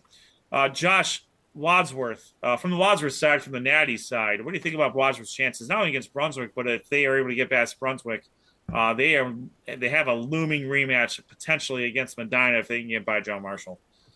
Yeah, and I think one thing that I talked about with Wadsworth, and I've seen both these teams now, Brunswick and Wadsworth, but from the Wadsworth point of view, one thing that I was really concerned with them early in the season was their undisciplined play, the amount of penalties that they have, because I thought as you get later in the season in the playoffs, that'll come back to hurt you. Well, they've really limited their playoffs. I think this last game against Royalton, they only had 4 penalties, which is good. I mean, granted, when you're up 35-0 at the half, you're playing clean football, but I think Coach Todd and the rest of that coaching staff has built their season to have Wadsworth focused on this very game, this very moment. When they went to Fort Hill, Maryland a couple of weeks ago, they were getting their butts kicked, but happened to come back and just lose by 1. And that was to a defending state champion in Maryland. They came out, took care of business last week. So I think they are well on their way. They're focused. That rematch, like you mentioned, against Medina is looming, but I think they're going to be very focused on this game. And from the Brunswick's point of view, they really need to get some semblance of a passing game going to complement their run game. They did make some big pass plays against Strongsville, but you're going to have to be more well-balanced to be able to get more in that aspect of the game if you want to go up and compete against Wadsworth's defense, which is really, really good. So it's going to be a tough matchup, I believe, for the Blue Devils, because I really think Wadsworth's focused on this one, and they have all the makings to make a solid run in Division I, Region 1. I mean, let's be honest, guys. This division is ruled and owned by St. Edward's. So, I mean, really, the path goes through St. Ed's. I want to say one of the matchups that's intriguing to me is the Berea Mid-Park Maslin Jackson. Rob touched on it on his review. Berea Mid-Park fumbled the ball 6 times last week and still was able to win. How much of that was weather related? Probably a lot, but you got to clean those up because you can't make mistakes at this point. You have to play as close to perfect as football going in, especially in this region. So it's going to be imperative that not only Berea Mid-Park, but every one of the teams that we cover limits their mistakes and creates a larger margin of error. And what I mean by that is don't put yourself in a position where you're having to do something you're not familiar with. Don't start, if you're a run team, don't throw the ball. Don't put yourself in a position where now you have to drop back 15, 30 times to catch up. It's going to happen. I mean, obviously we're looking at this from top to bottom. St. Ed's got Elyria, I guess, won the prize to make the playoffs, and now their reward is to get to go play St. Ed's, who's killing people at this point. Upset alert. Congratulations to them. Yeah, upset alert, possibly. You never know. But, I mean, again, this is the problem. This is the one issue I have with the playoff setup because, again, we see this more in Region 1, in Division 1, Region 1, where there is such a separation between 1 and 16 in this, where we see kind of maybe some closer ones in the divisions that we talk about. But I'm intrigued by that Berea Mid-Park matchup. I think that's going to be a good game. Rob? Yeah, no, I completely agree. I think Berea Mid-Park, they can win that game, but like you said, they have to limit their mistakes. Massillon Jackson, they're a good team. They were great last year. They're a tough team to play, but Berea Mid-Park's at home, so I think they have the advantage there.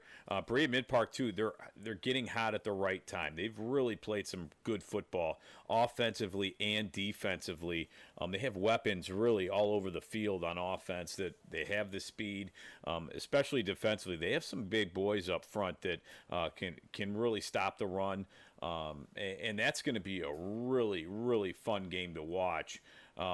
There's a lot of other great games. I think that Brunswick-Wadsworth game is one to watch. Brunswick coming off their strongs and when they played some tough teams too early on in the season.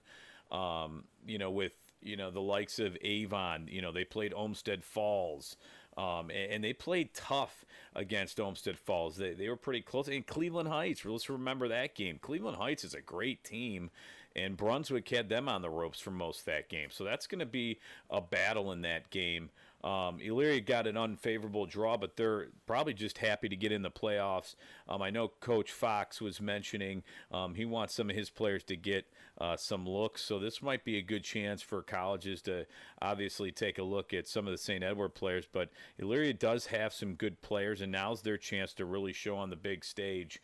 Hopefully Kevin Jordan, the running back, will be in there for Elyria. He's had a great season. They're really going to need him if they want to put up any kind of points. But St. Ignatius Mentor, another great game. That should be a close game, and you couldn't ask for a better draw for those two teams. Yeah, Division 1, Region 1, certainly setting up to be a very, very good region, and we'll see how it shakes out as we go into the next region. Division 2, Region 5, Akron Ellet pulls off an upset of upsets, defeating Akron East, and their reward is to go to Hoban. So that is, I think a game's going to be played there. Akron Firestone, also from the Akron City Series, they also make the playoffs. They're going to travel to Walsh Jesuit. Benedictine's going to travel to Hudson. Maple Heights goes to Riverside. This is going to be a great game. Twinsburg and Nordonia. We'll ask Josh about that one. Warren Harding is going to take on St. Vincent St. Mary. Austintown Fitch is going to come up to Cleveland to take on Cleveland John Hay. The Hornets qualifies number 7. Congratulations to the Hornets. And again, the Cleveland Senate League getting a couple teams into the playoffs. And Austintown is going to get out of that bubble that is Mahoning County and come up to see Cleveland. Now, I think Austintown Fitch is probably going to win that game, quite honestly. But I think they're a very good team. They play a very tough schedule. John Hay, I hope they can surprise me though. I think that would be a great story for the Senate Athletic League there. And another awesome game, Shaker Heights and Barberton. We have a cross battle there between the Greater Cleveland Conference and the Suburban League. Let's start with Josh in the Natty. Yo. You have 3 teams from the Natty in this one, 2 of which are playing each other. So why don't you take it away here? Let's talk about. We'll save the more intriguing game, I think, for a little bit later. But Hudson and Benedictine. Hudson got a week off for all intents and purposes, but they're hosting Benedictine. Benedictine, okay season so far, but Hudson, another week for them to get healthy. No, they didn't have to play; they got a chance to get healthy. Great point. So what are you thinking about for that game? Yeah, that's it right there, Ed. They had a chance to get healthy, and it all depends on the health of Ian Ludwig coming into this game. He is their everything on offense. They've been able to just get by. Tegan O'Quinn's been able to fill in nicely, among others, for Hudson. But yeah, if they can get Ian Ludwig back just in time to start their playoff run, that's going to be very helpful for them. And then moving on to, let's be honest, the sexiest matchup I think in the first round of the playoffs. That's going to be whoa versus Nordonia. I'm not biased or nothing, but this is going to be a great game, and I really. Nordonia's got Gino Perrine back running the ball. Their defense is solid, but Twinsburg's playing really good football, led by Aiden Stasinski, the running back, Jaden Dye. Also, their defense, Coach Schulters has them playing, has them believing more so, which I think is very, very important for a group of young men. And this is all new territory for Twinsburg. Like I mentioned earlier, they have not been in the playoffs since 2010. So it's been a 13-year hiatus for them, and it's going to be an awesome matchup. Spoiler alert, that's where I will be this coming Friday. Twinsburg, Nordonia, one of our SOT playoff featured games. Boom. No spoilers, though, and I just spoiled it. So have at it. The alert. I think one of the other games that we may be talking about going to be a nice battle between the Greater Cleveland Conference and the Suburban League American Conference. Sean, Noah, I'll give you the first. I'll give you the first crack at it here, and Sean will do as he does best and rebut. So, Noah, from the Shaker Heights side of things, what do you think the chances are winning this game? Well, I think Shaker Heights has a pretty good chance to play against a very good Barberton team, and I feel like the way Shaker Heights played from 3-7 to 7-3, give Coach Nicholson a whole lot of credit for what they have done this year, building that program to where they want to get to, and they have a chance to play against a very good Barberton team from the Suburban League America Conference. They haven't won a playoff game since 1999, and I feel like this has the makings to be a very close game at the very end. We'll see who comes in this one. Yeah, no, I mean, you're not wrong. I watched Shaker Heights play tough against Menor. We've seen Shaker Heights play tough against Cleveland Heights. They're a good team. I've also seen Barberton. And Barberton live, when they're hitting on all cylinders, is very impressive. Dominic Wilson, Xavier Macon, these players know how to score in bunches and score quickly. They had Aurora right where they wanted them, an inch or two here or there, and it's a different animal, right? But I think if you look at this matchup, I think this is probably, and I don't want to take anything away from the quote unquote sexiest matchup in this region, but you look at these two teams, Shaker Heights and Barberton, they're about as closely matched as you're going to get. They both do what they do very well. They're both very well coached. They execute very well. I think this game particularly is going to come down to special teams. I think we're talking about a punt return. I think we're talking about possibly a kick return. I think we even may see something about a made or a missed field goal. Wow. That's how evenly matched these teams are. I think that's where we're going to see. When you look at Twinsburg and Nordonia, I think you're going to see it. I think you're going to see one team that understands where they're at, and a team that's just now getting that glimpse. I like Twinsburg. They did a great job this year, but I think Nordonia is tested when it comes to playoffs. I really do. And there's a gleam, men. There's a gleam for the Tigers, baby. I hope so. Look, for the sake of Twinsburg, that's a great program, and that's a great stepping stone. I'm just saying, if I'm looking at experience, Nordonia's been there, done that, got the T-shirt, sent the T-shirt home to mom last year. They know what they're doing, and they're well coached, and they have great players on their own right. And we've seen this movie before. And correct me if I'm wrong, Twinsburg did not prevail. Can Nordonia beat a team twice in a row? I think they have that ability to do that. They have the game plan. So we'll see. I'm more interested, Sean, in that Shaker Heights Barberton coming down to a special teams play, because both those teams put up a lot of points. I wonder. That's my point. I think that it's one of those things where they're both going to do what they do, and it's going to come down to something that maybe is the X factor. I think maybe special teams is that. You know what I mean? Yeah, absolutely. I'll just remind you, Sean, that Nordonia beat Twinsburg 38-31. Oh, so boy. it was a Again, ball game. I'm not saying it won't be a ball game. I'm just saying I think in this realm, Nordonia's been there. You're right. I totally agree. And don't, like I said, don't Yeah. underestimate the return of Gino Prime, that senior leadership running the ball. That's going to be huge for them. That's huge for them. Yeah. So All right, they're very good. I think we all can agree, though. And we'll talk about more of this as the playoffs go. I think we did a great job breaking down the games that involve our conferences. There's plenty more to talk about with this region as the season postseason rolls on. Let's move over to Division II, Region 6. There's a lot of influence here, a lot from the Southwestern Conference, and a little bit from my conference, the Great Lakes Conference as well. I don't think Sean's got any representation here. We also got some natty action here as well. So no, we have everybody covered. All right, so that's starting first. Avon takes on St. John Jesuit. Now, St. John Jesuit, the only thing I'll say about them, they knocked my brother's team out in 2003, like 9-7 or something like that. I think that's a very deceiving number 16 seed. I hope I'm proven wrong from an Avon perspective. Yeah. But then Toledo Start's going to take on White House Anthony Wayne. Midview is going to travel to Highland. I like that game from a geographic perspective. I don't think we see those two teams mix it up too often. Rhodes from Cleveland, another Senate athletic team, is going to take on Sylvania. Southview, Oregon Clay is going to travel to Olmsted Falls. Valley Forge from the Great Lakes Conference East Division co-champions are going to travel to North Ridgeville for a rematch of a Week 2 tilt. Fremont Ross travels to Avon Lake, and Brecksville travels to Westlake. Oh, boy. Bees. Hey. Oh, sorry. Man, where to start here? Let's start with Rob. Rob, this is predominantly your conference here. So Avon and St. John Jesuit, Avon they're on a whole nother level right now.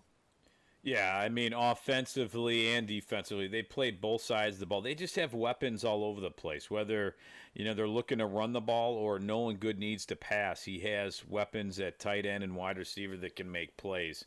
Matt Maxey catching the ball and a host of others that can catch.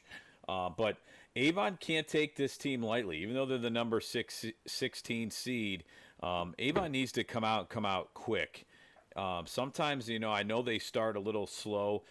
Versus Avon Lake, they had great drives, but they stalled, and had a field goal. So, they start a little bit slow, but once they get going on offense, they're tough to stop. And defensively, they're just very impressive. So I feel like Avon just needs to handle their business there. Anthony Wayne's a team that, has gone. They had a tough game against Ridgeville last year. It was really close, and I think Anthony Wayne was probably at that number 2 seed. But like you mentioned before, Midview and Highland, that's an interesting game. Highland, it's just defensively and offensively a very fundamentally good team. And Midview, they're coming off some tough. It's kind of been a roller coaster ride a little bit for them. They just put up 31 on Olmsted Falls, so I know they can score some points. They need Dior Jones to be in this game, though. Ethan Albert, their quarterback, he's a very impressive quarterback, and a lot of things go through him, but he needs to have some weapons at wide receiver. And Midview's defense, they need to play and keep the ball in front of them, because Highland is known for those big plays, and Midview can give up some big plays. So let's see how that one goes. But that should be a pretty interesting matchup. Like you said, you really don't see those two teams very often. But Olmsted Falls taking on Oregon Clay. That's going to be the Bulldogs coming off a big win versus Midview. That's going to be a tough one, though. I feel like the 12-5 matchup in all these regions are pretty good matchups. So Olmsted Falls is going to have to play a lot better, especially on offense. They were clicking this last week, but they have struggled at times. Valley Forge and Ridgeville. I'm excited to see that game because Ridgeville took care of business early on. I think Valley Forge is a much improved team as this year has gone on. So that should be a really great game. And Avon Lake, they're taking on a tough Fremont Ross team. They have to be better. They lost 2 straight now, and it looks like, the injury bug has gotten them a little bit. But they have to get that confidence back and play a good game. They have a lot of weapons on offense. I was surprised Avon's defense held them to no points because there's some D1 recruits on that Avon Lake team. And you just didn't see the speed and the athleticism from Avon Lake this last week. So they have to get back to that and get back to their solid defense. Yeah, great breakdown there. Let's talk about the Valley Forge North Ridgeville game, mostly because it involves a Great Lakes Conference team. Mm-hmm. These two teams last met back in week 2, and that was a shellacking that North Ridgeville laid on Valley Forge. Now, I think North Ridgeville obviously finished 7-3. They've had some big victories even since then. Valley Forge suffered a setback that really hurt their playoff ranking. I think we all knew they were going to make the playoffs, but they could have avoided a higher matchup with a win against Holy Name. Be that as it may, they've still won a few of their games, including a victory over Buckeye, which still is nothing to shake at here. So if I'm Valley Forge, I'm looking to do the same thing I did against Buckeye. Limit your playmakers on North Ridgeville. If you can do that, you can give yourselves a chance to win. Valley Forge again has that unconventional offense that not a whole lot of teams in Division II level play, especially up in Northeast Ohio, and they've gelled a lot more since week 2 as well. So I think that's going to be a competitive game, no doubt there. From the Natty side, Westlake takes on Brecksville. This is going to be a great game. I'm looking real forward to this one. Westlake, their only losses are to Buckeye, Bay, and Rocky River. Three losses that there's no shame in. Brecksville, obviously in the Natties, played some really, really good opponents, and they travel to Westlake for this one. So what are you looking at from the Natty side here, Josh? Yeah, it's going to be interesting to see what Brecksville team shows up. The team that has the firepower on offense with Colin Siebert, Kyle Keener, Eli Beach. Those are really good players, but it just, for whatever reason, sometimes they're on, sometimes they're off, and it's going to be a game time decision to see which one shows up facing this Westlake team, who's had a really good year, back to prominence for the Demons. From Westlake's side too, their losses, they've still been able to put up a decent amount of points, minus the game the Buckeye. So it's going to be a steady diet of Matthew Porcelli and Sam Brucieri. Cooper Romo might have something to say about that as well, but it's going to be heavy on that side of the ball. There's going to be a lot of running on the Westlake side because that's what they do best. So they're just going to line up. They're going to line up and punch Brecksville in the face and see how they respond, and we'll see what happens there. Lastly, Highland against Midview. Sean, looking at it from the Highland side, a tough loss to Aurora. But if we know anything about Coach Gibbons, he is always looking for the next game, and this is an opportunity for the Hornets. Well, I think the big thing to focus on in that game, and maybe I didn't mention it too much, but you got to finish when you're in the red zone. You can't not come away with points. You can't turn the ball over. We talked about it with Berea Mid-Park in Division I. Region Run, I'm going to talk about in Division II, Region 6, and Coach Gibbons will probably echo those sentiments. We got to take care of the ball. We got to take care of business when we're in the red zone. I look for Highland to come out and make a statement here.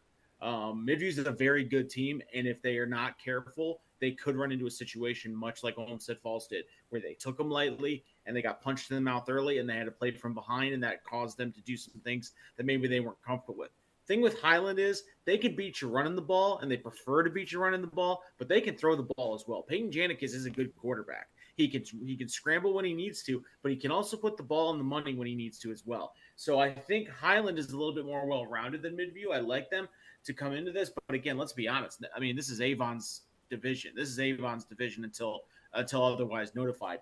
And really, what's interesting about this region overall is outside of Avon, because Avon's there, these are hard games to really predict because each one of these teams are so closely matched. That Valley Forge North Ridgeville game could go either way. Brecksville Westlake could go either way. Midview Highland could go either way. Like from two, I would say Anthony Wayne and Avon are probably your two, expectations set. But from three down, these could be easily reseeded, and I don't think anyone would have a problem. But again, just the way the computer points ranks, this is probably the most competitive region outside of the top two that I've seen in the 5 regions that we cover. And again, I'm saying that because we are so familiar with the Southwestern Conference and how each week, from a parity standpoint, we saw so much movement. Again, outside of your number one, outside of Avon, there was so much movement between these teams that, and again, Josh, I echo your sentiments about Brecksville. If they show up and play the way they did in the games they won and won convincingly, Westlake's in for a night. But again, they're Jekyll and Hyde. So this is probably gonna be the most fun region to follow, I think, because there's such close teams in comparison to the seedings. Yeah, absolutely, and we will certainly have a lot to say about this region in the coming weeks, just because there's so many of our teams in there. All right, let's shift over to Division 3, Region 9. We only have one team in our coverage area here, but we'll run it down real quick. Ursuline is going to host New Philly. Geneva is going to take on Hawken. Alliance is going to travel to Aurora. That's the game we'll talk about here. Dover travels to Kenston. University School goes to VASJ. Madison goes to Gilmore. CVCA goes to Chardon.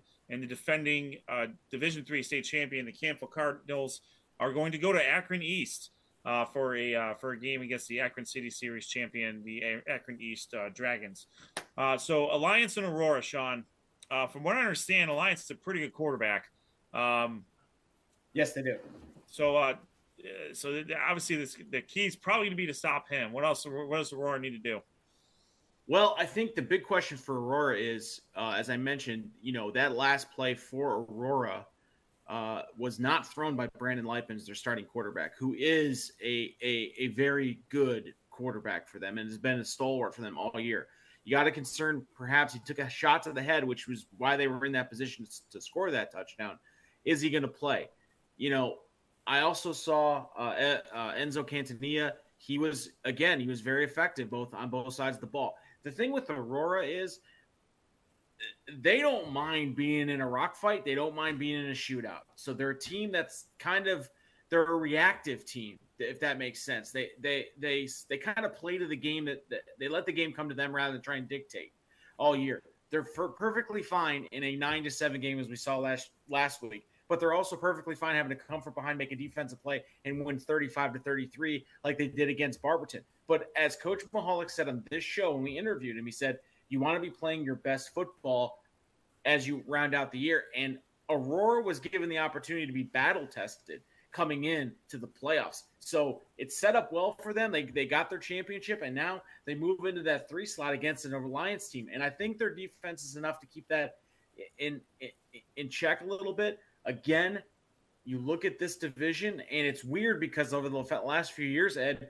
we've seen Canfield and Chardon and all these teams at the top part of the seedings here. But now we're looking at the defending Division III state champion as a number 9 seed.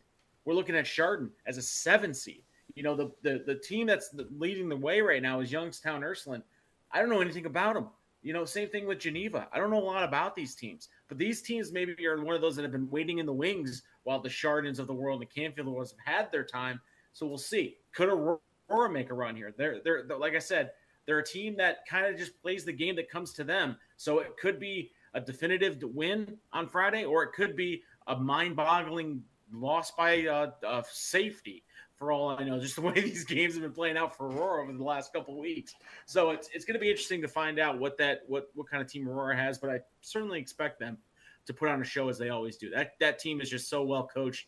So they have such a game plan going in. They don't panic. It'll be fun to follow that. We'll see. We'll have to see. Their defense will be tested. Alliance has scored a lot of points this year, even in their losses. They've put points on the board in their losses too. So they've been able to blow out their last 2 teams. They haven't given up a point in 3 weeks. So Alliance is going to give them a test for sure. Brendan Zerberg is an Oklahoma commit. So that's coming out of Alliance. That's a big deal there. No Yeah. questions asked there. He's completely overshot Mount Union. No questions asked Yeah. there. We'll see what Aurora does for Division 3, Region 9, and we'll continue on. The last region we will cover is Division 3, Region 10. The defending Division 2 state champion, the Toledo Central Catholic Fighting Irish, reside here. They are going to host Bowling Green. Revere makes the playoffs again in the last night. They are going to travel to Norton. Ashland's going to travel to Tiffin Columbian. Lexington goes to Mansfield Senior to take on the TYGERS Tigers. Clyde is going to travel to Rocky River, the champions of the Great Lakes West Conference. Lutheran West goes to Ontario. Sandusky is going to travel to Buckeye, and Defiance is going to go to Bay Village. Sean, we'll start with Revere and Norton first. Revere sneaks in. They're going to take on a team in Norton, though, that's very good. They are 10-0, I believe, and but the last time Norton made the playoffs, they flamed out either in the first round or second round to one of the teams I think in our coverage area. I think it was North Royalton, if I remember correctly. So I'll be real interested in seeing how. To that end, I mean, they're scoring a lot of points. They're really taking no prisoners here. But Revere is battle tested in their own right with their battles in the American Conference. Does Revere have any shot here, Sean? They got a shot. They got a punch of shot. I mean, look, they got a great running back in Zach Olegnowitz. They got a good quarterback in Luke Ferris. I just don't know if they have enough. I mean, Norton. This is a tough draw for Revere. I think when we sat here last week, I was very much on the fence of Revere making it in at this point. They needed a lot of help. They got a lot of help, but like we said, with some other teams here, your reward is you're playing a team that's 10-0 and is just putting up points galore. But would I be shocked if Revere came in here and just took it to Norton? No, I would not, because they've had a great season. They've battled. They've not given up the ship. They've done exactly what they need to do. They're in the position they have. They have the opportunity. So they need to take advantage of the opportunity and see if they can seize it. But yeah, I think, again, Revere has a tall task in beating Norton. And I hopefully they can do that because it's a fun story to follow. But again, it's hard to go up against a team that has the stats like Norton, like you just laid out for Norton. Agreed. Norton, I went back to check my numbers there. Norton was 10-0. They had a narrow defeat of Copley in the first round. That's right. 20-21 in 2021, and then the Holy Name completely shut them out. And that was on Holy Name's way to a regional championship appearance. So I think Norton had a good run last year in the playoffs before they were stopped by Padua. So Norton definitely has the playoff experience. Revere certainly does not as of late. But good luck. But congratulations to the Minutemen, and good luck to them in their matchup against Norton. Let's talk about Rocky River and Clyde. Clyde, I believe they were state champions not too long ago, maybe a few years ago. So they have a winning pedigree, and it kind of speaks to Sean talking about the expanded playoffs. A team like Clyde as a 12 seed, they certainly not above them to get on a roll here and see what they can do. Now, they're going to go against a very, very good Rocky River team whose only loss is to a very, very good Sandusky Perkins team, which went 9-0, and they scored all the points. From a Clyde perspective, they're 5-5, but their losses are to very good teams, as we've seen. They also played Sandusky Perkins, and Perkins beat them 31-7. So they have a common opponent there. Perkins got to play them a little later, so Clyde, we're not talking first 2 weeks like it was with Rocky River, but they're coming off of they lost 4 of the last 5 games. They got kind of a get right game against Norwalk, but Rocky River, Julian Patty, Nick DeSalvo, Ryan Ricchetti, Oren Grieve, Rowan McDougall, Coach Wells has their offense humming right now, and you can't sleep on the defense either. So it's gonna be a really, really good game. It's going to be a tight game. I think it's going to be a closer game than what you would see from a 5-12 matchup here. Buckeye takes on Sandusky. Now, Buckeye has they reminded everybody what they were capable of last week when they went against a team that was playing for the playoff lives, and they completely stomped those hopes out. So they are, Buckeye is battle tested in the playoffs as well. But Sandusky, we've seen Sandusky forever. Rob, Josh, and I played against Sandusky when we were in high school, when they were a Division I, Division II school. Sandusky runs a unique offense as well. Not as far as I remember. Their quarterback does a lot of running, also does a lot of blocking. But we'll see. Buckeye, the key for Buckeye will be to be able to run the ball. Unfortunately, what we have seen in the 2 losses is that they've been forced to pass. And it's not that Casey Murray can't pass the ball. He's obviously very capable, but he is put in the best position when he's only throwing the ball 10 times a game. And Trey Weidenmeyer and Austin Heyer are making 2 or 3 catches, and those are usually going for touchdowns. So if Gage Nagy and Troy McCann can get on track with behind Ben Medea and that great offensive line, they're going to make things difficult for Lutheran West.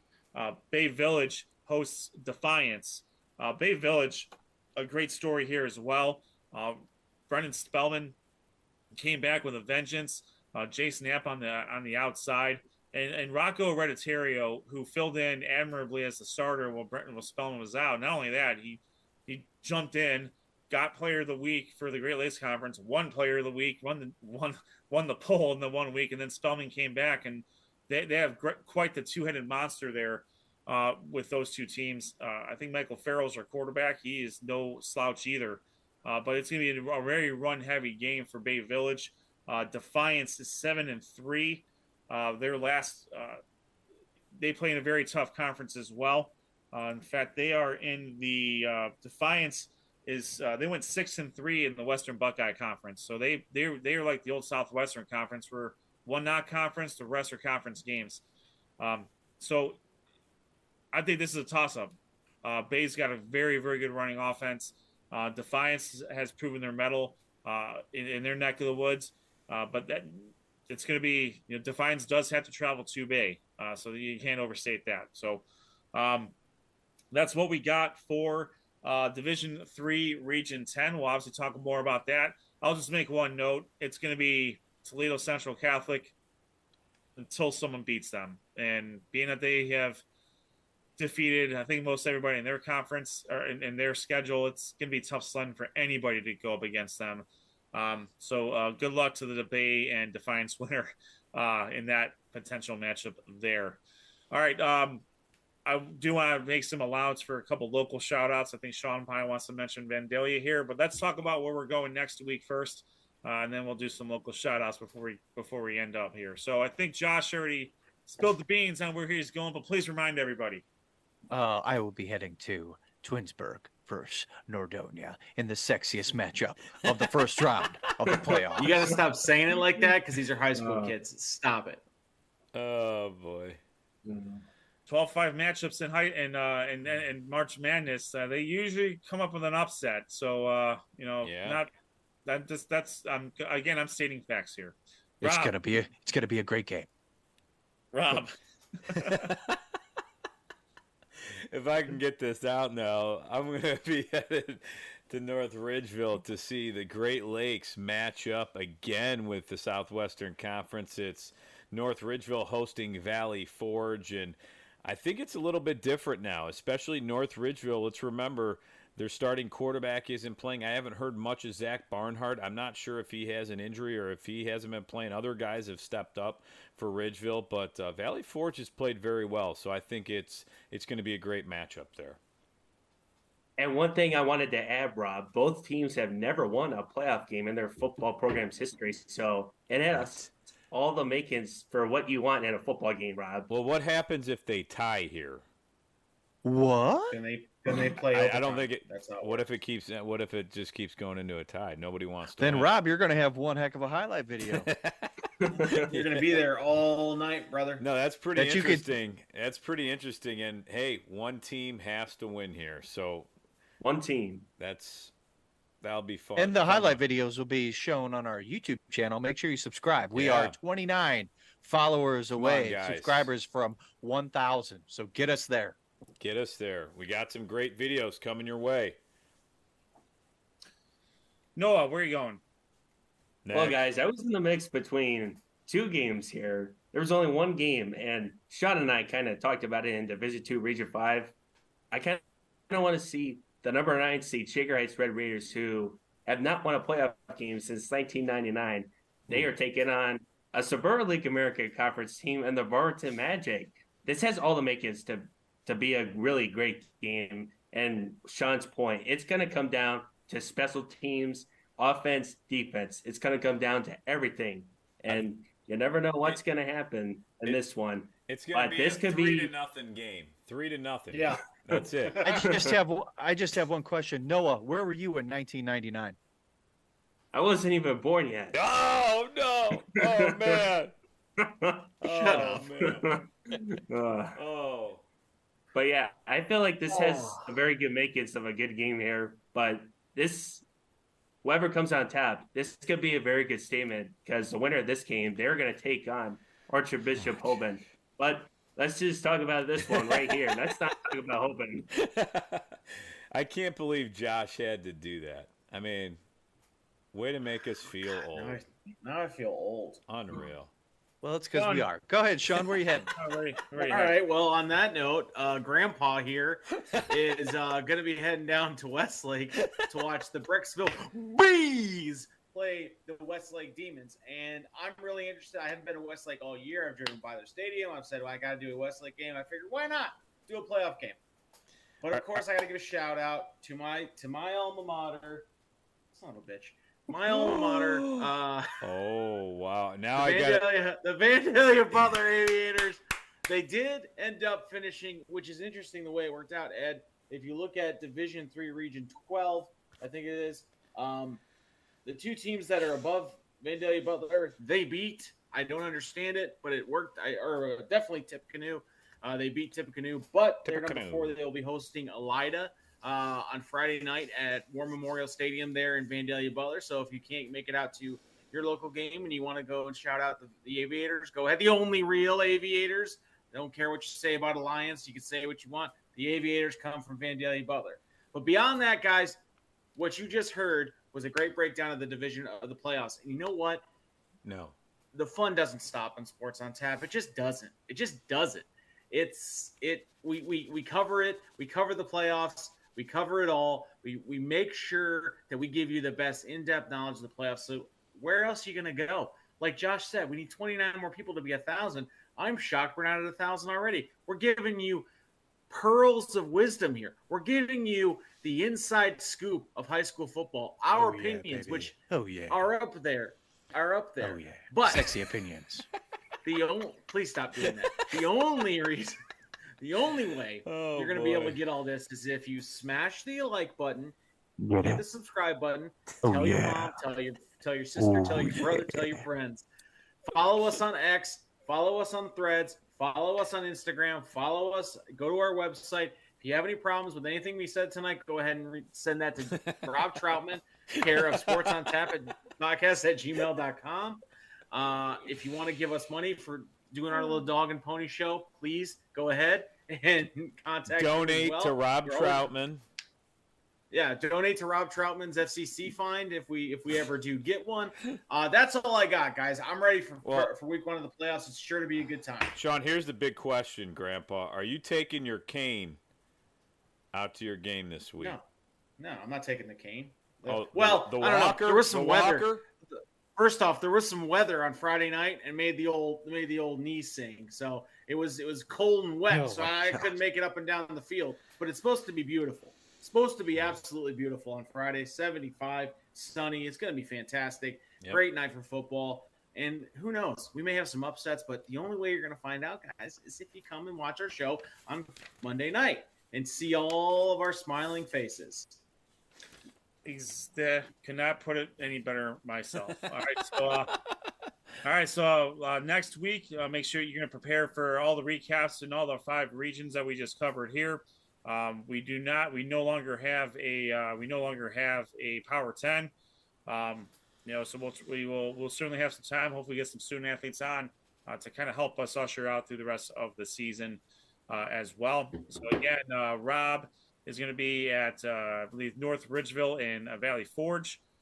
Josh is going to be at it was Nordonia and Twinsburg, and Noah is going to be at Shaker Heights and Barberton, and Sean is going to be at Westlake and Brecksville. Two more shout outs real quick. I spent a lot of time on Sundays here, but one of my best friends happens to be a director out there. But congrats to the Rittman Indians, who have not changed their name. They are 6-4, and they will be hosting Cuyahoga Heights. They're traveling to Cuyahoga Heights in Division 6, Region 21. And my wife is from Lowville, a very small city down by Youngstown. They are hosting a playoff game for the second year in a row. Nice. They are 1. They're the number 6 seed in Division 2 or Division 7, Region 25. They are hosting Steubenville Central Catholic. So good luck to the Rockets, the Indians, the Aviators, and all the teams. Rittman's always tough, man. They always play tough. The Indians traveling Cuyahoga Heights, where Ryan Kalber, president of the Greater Cleveland High School Hockey League, is also the athletic director. So big time matchup there as well.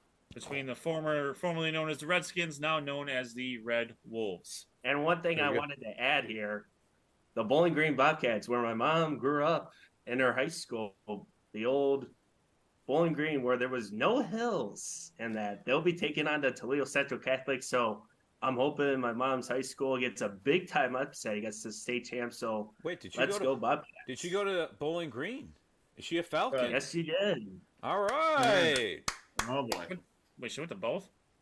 Yep. Wow. A lot of people did. That's All right, impressive. I did not know that. So she's a Falcon. All right. Very good. That is all. I believe that's all we got here. So longest show ever. Longest show ever. So thank you for sticking with it, everybody. Stick with us for a few more minutes to get a word from our sponsors. Again, you're watching us on our YouTube channel. Make sure you follow us on X at SOT Podcast, Facebook at Sports on Tap. Check out our website, sportsontappodcast.com. Send any sort of emails, comments, stats to sportsontappodcast@gmail.com. For Rob Troutman, Josh Jeffy, Noah Jacobson, and Professor Hype, Sean Duffy, my name is Ed Dick. This is the Sports on Tap High School Football Show presented by Ray Fountain State Farm Insurance. We will see you on the other side. Stay sexy out there, everyone. Stop it. Caps high school football coverage is on every Monday night at 7:30 p.m. Watch live on YouTube and make sure to subscribe. Sports on Tap's high school football coverage is presented by Raymond Felton State Farm. Have you compared insurance rates lately? Are you satisfied with your current insurance provider? If not, look no further than Ray Felton State Farm, a proud sponsor of Sports on Tap. For a free quote, call his office at 234-284-2996 or visit him online at rayfelton.com. ORT Productions. We shoot, we edit, you win. Visit our website at www.rrt-productions.com. For handmade quality leather products, check out Hand and Built Leather Goods. Check out their website, www.handbuiltleather.com. GV Art and Design, original and one of a kind. Check them out on their website at www.gvartwork.com and use the code ONTAP10 to get 10% off your full order. GV Art and Design.